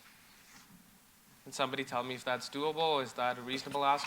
Thanks, Councillor Tour. Over to Rob Higgs. Through the chair, Councillor. All of the food trucks that we're referring to are currently licensed, so we have all their contact details. We know where they're all located. We can absolutely connect with them directly. As far as the phase-in period, it really is a time to be set. If you want to change, if council directs that we change it to 60 days, then we change it to 60 days. Or even if you want to set just a set date that by this date, as of this date, here's the new regulations that come in. Maybe if that's something we could look at. Do you want to take time to consider the language for that to come back, or can we do that right now? So this was, through the chair, this report was simply to get direction from council. At the next committee of council, we'll be bringing the bylaw amendments. So there is already a report coming. Okay. If the direction from council is that there would be a preferable 60-day, then we would just incorporate that into the next report that's coming. Okay. Could I just have language in there to make sure that it's 60-day transition period from directly communicating with a food truck vendor, not just from adopting the bylaw? Through the chair, the report mentions that there will be a comprehensive communication strategy that will work with Stratcom to make sure that residents and stakeholders are informed of this change. Yeah, no, I saw that as well, but my assumption for that was that this is going to be like, goes out to the newspapers, put on social media, here's the new rules. But again, we will always miss people doing that. So I want to make sure part of that communication then is that this is getting delivered, whether it's by mail, by hand, whatever the case, gets delivered to all the food truck vendors across the city to say, here's the new bylaw. Starting today, you have 60 days to come into compliance if you're not in compliance. Through the chair, we can achieve that. Right? Okay. And just to clarify, in this, just trying to go through the language, but this is permitting in commercial and industrial zones, correct? Through the chair, yes. Okay. Okay. And just the last thing on this, within the report, there was one of the recommendations was a minimum distance between two food trucks. Is that what we're adopting right now as well, or are we keeping that minimum distance between two food trucks? Through the chair, that was one of the recommendations of staff, yes. I'm just trying to see if that's one of the recommendations that we're moving forward or not. Because I'd like to see that part differently as well, because in some cases, there's complementary food trucks that are in the same spot, 2 to 3, but maybe there's a cap on how many food trucks could be on a property, if that is something we could look at, versus distance between two food trucks. Because if one property has two food trucks and it's a 50-meter distance, like, you gotta have a really big property to do that, right? Like, if we can find a way to accommodate that number, if we could have a cap on that. Through the chair, through you, Councillor Torres, certainly we could look at that in the final bylaw that we bring back. I suspect what you're speaking to is a bit of making sure that there's minimal competition between the types of food trucks and the distance on the same property or in proximity to one another. Yeah, like, I just want to make sure, like, we're also tackling the issue of having too many food trucks clustered in one spot. I hear complaints about that all the time too. But again, let's not also have minimum distance between two trucks for 50 meters that allows only basically one truck on a property. There may be some properties where you could have 2 or 3 if we want to set a cap to just a number of food trucks that could be on a property versus the distance between the food trucks to themselves. So through the chair, I believe the rationale was all properties are different sizes. So by making a minimum distance between trucks, we wouldn't have to look at each property to decide how many trucks are there. It would be self-regulated based on the distance between the trucks. But could we just cap that to like 2 trucks per property, maybe, instead of having that distance between the food trucks? The distance between the food truck and a restaurant establishment, fully agree with, but what I'm trying to say is, like, one property has 2 food trucks on it, now they only have to have 1. Through the chair, through to Councillor Torres, that would entail staff looking at every single property in its individuality to look at the context of that. And the minimum distance avoids that administrative burden for So staff. instead of doing the minimum distance, can't you just do a cap, just to say 2 food trucks per property? That would do the same thing, right? Effectively, without having the 50-meter distance. They could be 10 feet apart. Yeah, Through the chair, there would be specific requirements for that in terms of implications on parking, the landscaping in and around that property, and that's why the minimum separation distance was recommended. Okay, but could we take out that recommendation and have a recommendation that sets a cap on how many food trucks? And you'll still apply the landscaping, the parking requirement, all of that still applies to the thing, but at least they're not governed by just a sole distance between two food trucks. Like, you get what I'm saying? Point of order by Councillor Pelletier. Councilor Tour, you keep asking the same question. You want to do it? Do it. That, Okay, but don't ask staff to, like, no, I'm just asking if they'll it's do what possible. you want. Anything's possible. You're a counselor, you can do it, do it. Sorry, Councillor Thanks, Pelletier, Councillor that's Pelletier. No, that's I'm just- not, I get what you're saying. I'm also not. I'm Thank you, asking Councillor staff Pelletier. if Councillor something Tour, I think what possible or Councillor not, Pelletier right? is Like, saying is I that appreciate if, that. it is possible if council directs it It as is such. possible, then let's do it. Thank Okay. you. Madam Clerk. Through you, Chair. Can I just ask for clarity? There's a highlighted portion of the recommendation on screen. Is that to be struck from the motion or included? Because it is speaking to the minimum, or? No, that's staying. That's just with respect to bricks and mortar restaurant. It's And the just and the other and refreshment other vehicles refreshment that vehicles? Councillor Tour is questioning. Is that what you'd like struck out, Councillor? Yeah. And other refreshment vehicles. Okay, so two proposed amendments by Councillor Tour to strike out other refreshment vehicles and a proposed amendment to change it to 60 days versus 30 days. I have Councillor Pelletier, who is next. Thank you, Madam Chair. And so, just in going back to Councillor Tour's questions, I know it's difficult, and I felt like staff were kind of trying to answer your question just by saying, this is what we would have to do, right? So no disrespect, make that decision if that's the decision that you want to make. I'm not going to support that decision, I'm not going to support that amendment, because I've always said that we are not to get involved in the competition of anything that's to do with that private land. If somebody owns a retail plaza, they want to have 2 coffee shops, let them have 2 coffee shops. If somebody owns a plaza and wants to slap on 2, 3 food trucks, let them. If those 2, 3 food trucks find that it's, with potentially the other restaurants that are also in that plaza, if they're going to continue to sell and make money, all the best too. But competition will weed itself out. And if we go ahead with this, potentially, you could have a tiny little gas station on the corner of something and then 2 food trucks. Or if we maximize it to the amount of 2 food trucks on a tiny little gas, that seems to be a problem for me. Plus, then you have to have staff go out and look at each one. So I support the way it's written. With the 30-day to 60, I understand 30 days, it's tight. 60 is basically the summer. I would ask Councillor Tour if there's a compromise, maybe we can split that, move it to 45. And I feel like maybe I think we can all get behind that, I hope. But as for anything else, I support the way the recommendations are written. Thank you, Madam Chair. Thank you, Councillor Pelletier. Is that an amendment to the amendment, Councillor Pelletier? I would ask Councillor Tour if he would consider moving it from 60 to 45, and then... Perfect, Councillor Pelletier. Councillor Tour, would you take the 45?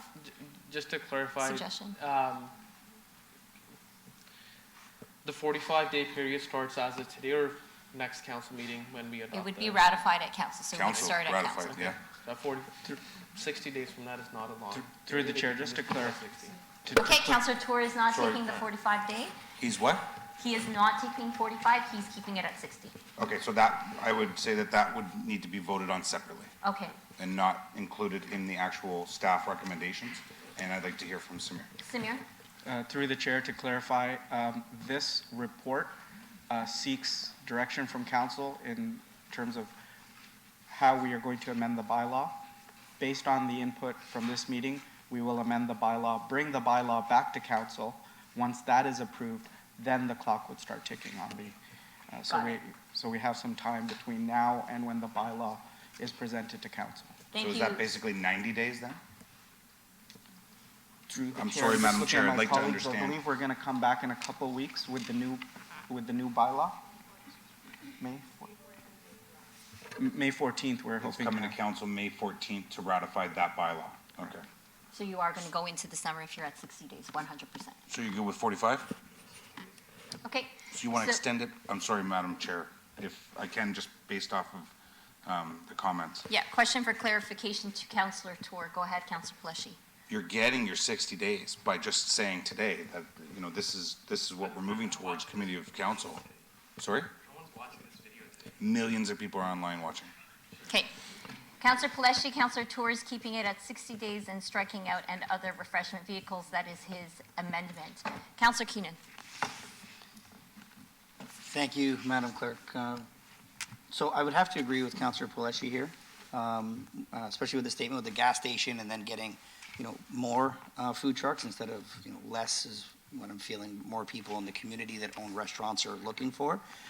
So I wouldn't be in favor of changing that. I also feel like 60 days is far too long, especially because we're not getting it back till then.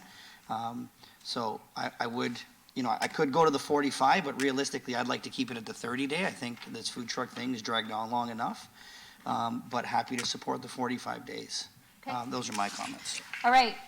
I see no one else on the board. We have to first vote on the amendments proposed by Councillor Tour. The first amendment would be, and we'll take it as one vote, amendment and other refreshment vehicles and the amendment to 60-day transition. Through you, Chair, we'll need to vote on the amendment to the amendment first. So it's Councillor Pelletier's 45. amendment. Just number 5, that council approve the adoption of a 45-day transition period for license. I'm actually okay to withdraw my amendment. Oh, okay. And go straight to that amendment. Okay. And then if it doesn't Yeah. pass, it Okay. reverts to 30. Okay. So we're going to vote on Councillor Tour's amendment 45 was a to amend the recommendation to strike out and other refreshment vehicles and to replace 30-day transition period to 60-day transition period. Moved by Councillor Tour. All in favor? Opposed? We might need a recorded vote. Okay, I'm going to ask again. All those in favor for the amendment from Councillor Tour? In favor? Opposed to the amendment? That amendment does not carry. The next motion is, Madam Clerk. So we're back now to what the original motion is. So we've voted against the striking out of and other refreshment vehicles. That remains. We're removing the 60-day. We're now voting on the amendment from Councillor Pelletier, who has, actually, sorry, he's withdrawn it. I apologize. So the main motion The main motion to vote as is originally from staff, moved by Councillor Pelletier. I thought there was 2 amendments. Yeah, we voted on two. We just voted on both? Yes. I was under the impression we were only voting on the. No, I made it clear over and over Okay, again. I That's no- apologize. Yeah. Sometimes Yeah, so both, so we're back to the original motion, 30-day, and back to the original motion, which includes the, and other refreshments item. So are we clear? We are voting on the original motion. Madam Clerk, can you remove that 60-day and leave the 30-day, please, for the original motion so that folks online can also see it? All those in favor, moved by Councillor Pelletier, all those in favor of the motion as originally recommended by staff, all those in favor? Opposed? Okay, I think we might have to go to a recorded vote. Madam Clerk, can you administer the recorded vote on this? Through you, Chair. Recorded vote on the original motion as included in the report. So that's on screen. We're back to including the other refreshment vehicles distance and the 30-day notice period. So all those in favor? Why does it say 45? Oh, It just hasn't been withdrawn, taken out. Okay. Back to 30. Okay, Yeah. so this on the screen, for those online, we are conducting a recorded vote on this. So would you And like everybody to stand? Madam Clerk, yes, we're going to have. Before you scrap Yes. it, Madam Chair, I'm happy to leave the 45. You want to leave the 45 day? I'm happy to leave the 45 before you scrap it. So now we have to vote on the amendment for 45. Unless people have a problem with it, then you take it as a friendly. Okay. All those in favor for 45-day transition period? Opposed? That motion carries. So the amended motion of 45-day transition period has been amended. Madam Clerk, can you make that change? So we're now amending number 5. The council approved the adoption of a 45-day transition period. Okay, not 30, 45. Okay, next motion moved by Councillor Paleshi as amended and approved in the amendment. 45 transition day period, perfect. All those in favor, Madam Clerk, recorded vote to you. All those in favor With the with the amended amended 45-day transition. 45-day transition period included in the motion? No, we did not. Voted We on voted. the amendment to add 45-day transition period. Now we're voting on the main motion as it is on screen. Okay, So Madam all Clerk, in favor, recorded vote. please stand. I have Councillor Power, Councillor Santos, Councillor Keenan, Councillor Paleshi, Councillor Brar, and Councillor Vasante. And would members online, Councillor Fortini, how do you vote? In favor. Councillor Maderos, how do you vote? In favor. Deputy Mayor Singh, how do you vote? In favor. And Mayor Brown? I think Mayor Brown may have that's just been dropped off the meeting, so that is carried. Okay, so the motion carries. Thank you very much. Who is opposed? I apologize. Madam Clerk. All it's members recorded. opposed, please stand. And I see Councillor Tour. Okay, thank you, Madam Clerk. That brings us to public question period. Members of committee, do any members have any questions regarding this section of the agenda? Seeing none. Public question period, Madam Clerk. Any questions from the public? Through you, Chair, we do have a couple of questions submitted by email. The first one is from Rihanna. Are you here? Yeah. That is not Rihanna. That's Mohammed. Okay. Good morning, Councillor. Good morning, everyone. Everybody probably know who I am by now. Mohammed, Downtown Brampton Food District. 2 years ago, I came with an idea to develop and activate MacArthur Lane. It was only an idea. It was only idea I came to. Sorry, Mohammed, I need to interrupt you and just give you a reminder. For the clerk's purposes, we need your last name as well. Okay, it's Mohammed Hanif, Hanif, Mohammed Mohammed. And just a reminder that this is public question period, not delegation time, so your Okay. question must be But- very concise and to the point. Your question, please. This bylaw, how does it affect me? Okay. Right? That's where I'm coming. So Because thank- I've been established yeah. 2 years, I have 8 food trucks on my property. I went through hell for the past 2 years, right? Up to today, I'm going through hell.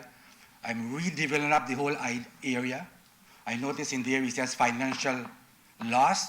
Well, you don't know how much financial loss this will bring to me, my family, my wife, myself, my daughter, my daughter-in-law, my son. I closed down a 40-year business, okay, 26-year So downtown. Mohammed- So my question again goes back to, how does this bylaw affect me in present operation?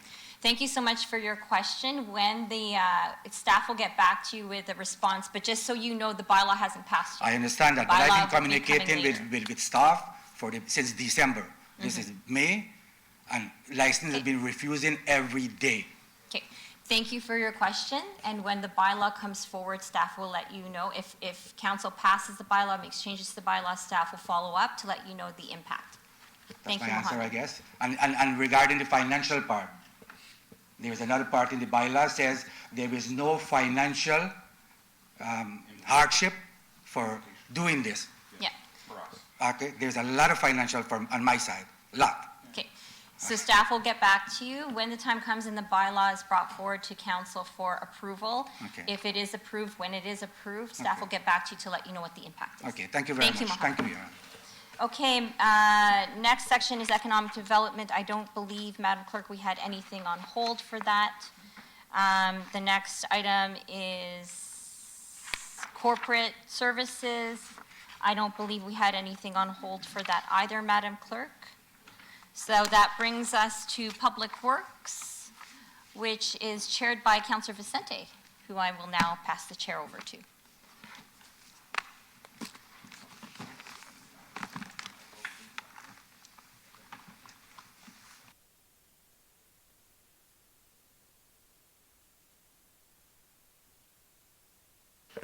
Thank you very much, Councillor Santos. We now go into Public Works and Engineering, and our first item is 12.1.1, presentation by staff on the expansion of the leaf vacuum program. I believe Shane is here. Welcome, Shane.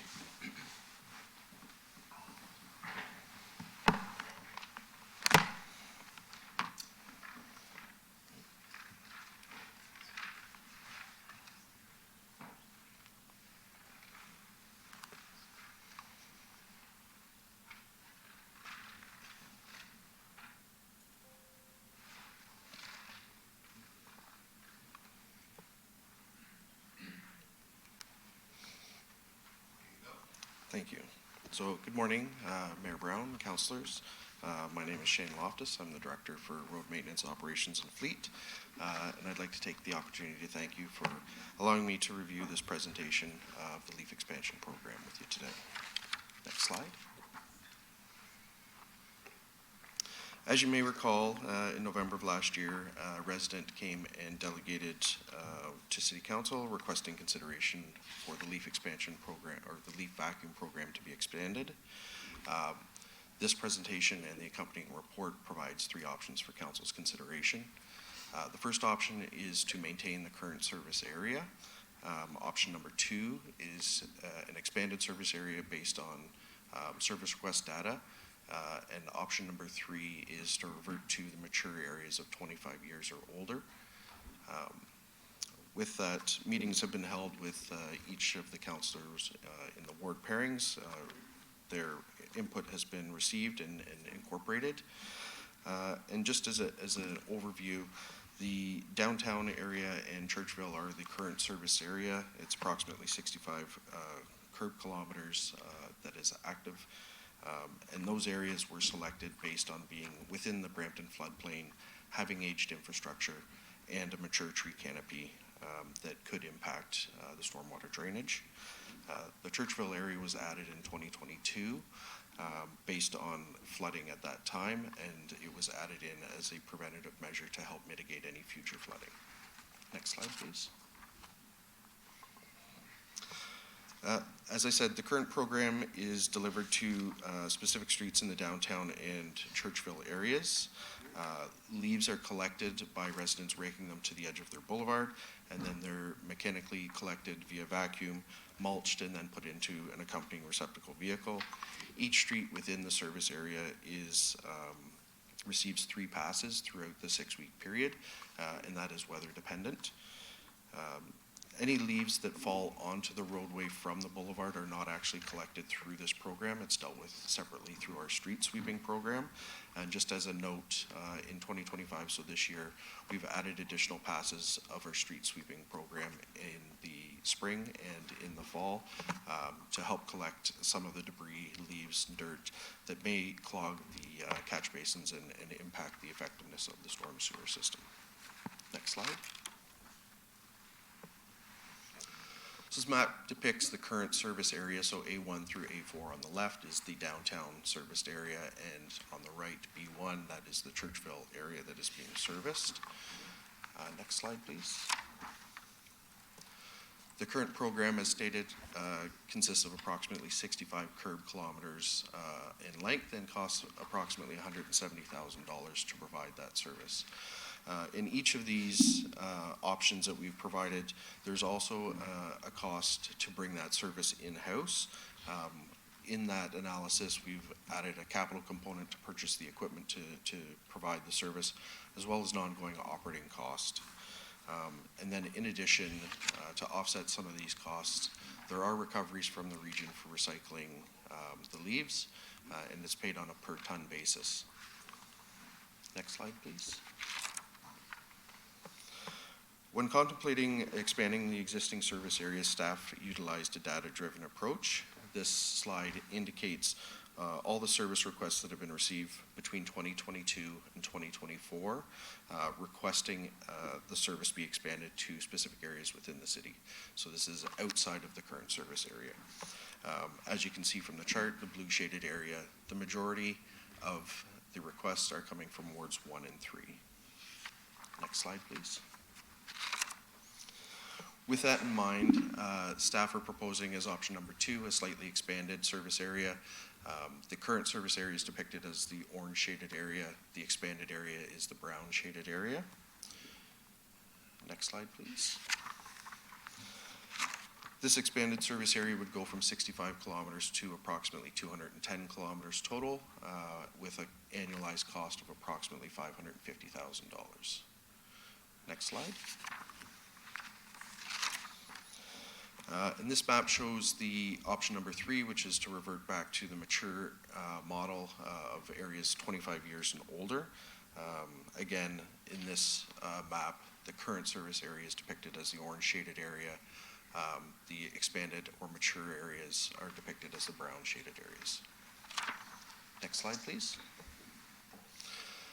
The cost to provide this service would be approximately $3.8 million a year and expand the service from 65 curb kilometers to about 1,450 kilometers per season. Next slide. And here we have a breakdown of the approximate kilometers and cost for each ward, should a single ward look to expand the service. Next slide, please. And lastly, we have a summary of all 3 options presented together so you can compare. It's important to note that with this presentation and the report, staff are not recommending expanding the service currently. We've looked at and haven't been able to identify other areas with similar criteria to the existing service area, which again include being within the Brampton floodplain, having aged infrastructure, and a mature tree canopy. Additionally, while doing this review, we've reviewed our currently funded maintenance programs through Public Works and Engineering, and we haven't identified any less critical maintenance functions that we could defer funds to pay for any expanded services. Having said that, should council decide to exercise option 2 or option 3, there would be a tax implication of 0.03 or 0.26% to the tax levy respectively. And again, for those reasons, staff are recommending that council proceed with option number 1, which is maintaining the current service area. Thank you. Happy to take any questions that you may have. Thank you very much, Shane, and I'll bring forward item 12.2.1 report, and it's held by Councillor Pleshy, and I see Councillor Pleshy on the board. Thank you, Mr. Chair. Thanks, Shane, and thanks to Kim, who's not listening online, right? Yeah. Who is listening online, as I looked around to see if she was here, for the additional information, and specifically that overlay, and, you know, just looking at that for Ward 2 and seeing the number of streets that don't belong in the mature areas, like in a whole industrial park. There's no reason for us to have this leaf expansion program in that industrial park. We're looking to reduce the kilometers, and based off of that, and I challenge any member of council to do the same. You know, it's difficult that we say, you know, we're going 25 years, a blanket right across the city, but if you look at, you know, Heart Lake, the impact the ice storm had in 2014, yes, it's 25 years plus, but those trees, a lot of those trees were lost. You look at Primrose alone, some of the biggest, beautiful trees you'd ever seen before 2014. Trees that covered the road and like you were driving down a tunnel. After 2014, decimated. Lost every single tree on. There's maybe one or two left, but you drive down that road now and they're barely 5 years old, the trees that are there now. But yet it's in the program because we asked you for, we tasked you with something and this is the way you had to do it. So I think for us, I'd like to refer this back and for Councillor Brar, myself to look at, go by street to see what are the needs specifically in Ward 2. And maybe I would ask members of council, maybe we should be thinking about over 40 years. You look at Oakville and the fact that the amount of kilometers that they do down there is over 160 kilometers. And we're asking for next to nothing. In a city like Oakville, it's surprising to me. But I think maybe if we look at that, over 40 years and go street by street in your wards, you'd be able to pick out and reduce the number of kilometers and reduce the cost. That cost alone is astronomical, and I would ask staff to, like I've asked planning today already to do better, I'd ask you to do better. That's too much, by far. Now let us work on the kilometers and reduction, but you want how many millions just to administer it? No, I would say take that back, sharpen your pen, soul, and do better. Thanks, Shane. Thanks, Mr. Chair. Thank you, Councillor Bushy. Speaking to the referral, Councillor Brar. Thank you through Mr. Chair. Definitely would be supporting this referral, especially looking more to, I know we had a couple of resident meetings in some areas where there was flooding in their basements because of the clogged pipes. But I think it's a great idea to kind of look into these pipes also to see what can be done and making sure that we are, avoiding these and making sure that the areas that are prone to having floods, that we're cleaning those areas. But again, a referral would definitely be supporting it. Thank you again. Thank you. Councillor Santos. Thank you through you, Mr. Chair. Happy to take a scalpel and look at various streets. Certainly taking the time to do that will probably save us a little bit more money than having to just assume that all the trees in that area need to be cleaned up. Just a question for clarification to Councillor Pelletier. Are you suggesting that we increase the age of the trees as well that qualify? Yeah, I think so. Okay, so maybe we can look then back to staff as part of the referral. I guess, can we even identify what those areas are where we do have trees that are 40 years old versus the 25, I believe is what we have right now? Is that the age? Yeah, for 25 and older. And then the only other piece to Councillor Brar's point, and this isn't necessarily about the leaf vacuum program, but we do have issues in the surrounding areas, within residential areas where there are trees in parks, for example, that are causing the same sort of clogging of culverts and drains, but no one in those parks are raking the leaves there, but they are clogging the culverts. So, and I'll have a conversation with the parks team separately on this, but back to the program. Happy to support the referral, happy to identify some streets in wards 1 and 5 with your guidance of identifying the ones that are older perhaps, and doing more work on this file. Thank you. Councillor Brar. Sorry, through you, Mr. Chair, just one for clarification. So when we are actually looking at these zones, we're looking at flood zones, we're looking at the mature neighborhoods. Are there any other criteria that we're looking at, especially in this area? Because I know they're very targeted. Through the chair to Councillor Brar, the major factors are the three that I explained. So being within the Brampton floodplain, the aged infrastructure, and the mature tree canopy. I will say, just as another point of clarification, if we start to pick certain streets and not group them as a kind of contiguous group. The costs that were presented may not be what comes back because there's less efficiencies in delivering that program. So just as an awareness piece. Thank you so much, and that's great to know. Thank you.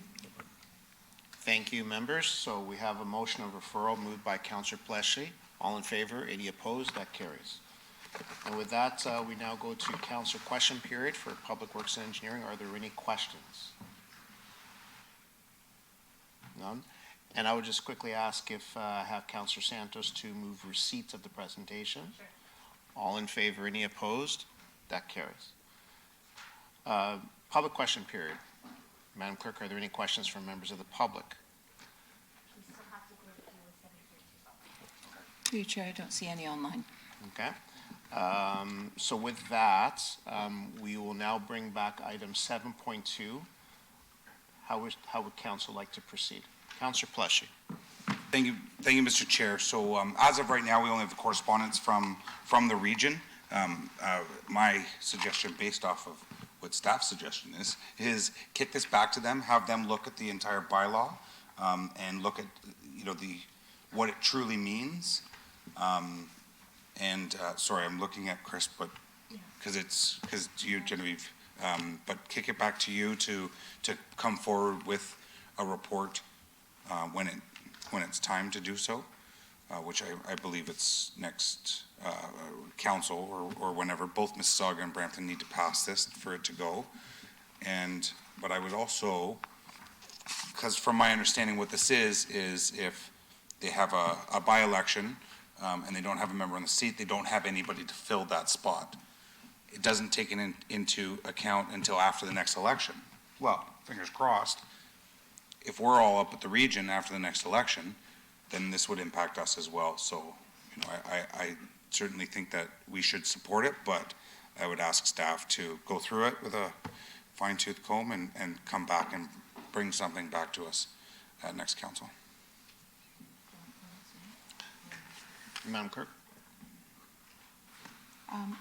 Did you want comments on the bylaw now, or you'd like it to come back to council? Okay. Motion of referral to staff, moved by Councillor Pleshy. All in favor? That carries. Next, we have public question period. Madam Clerk, do we have questions from members of the public for any item on today's agenda?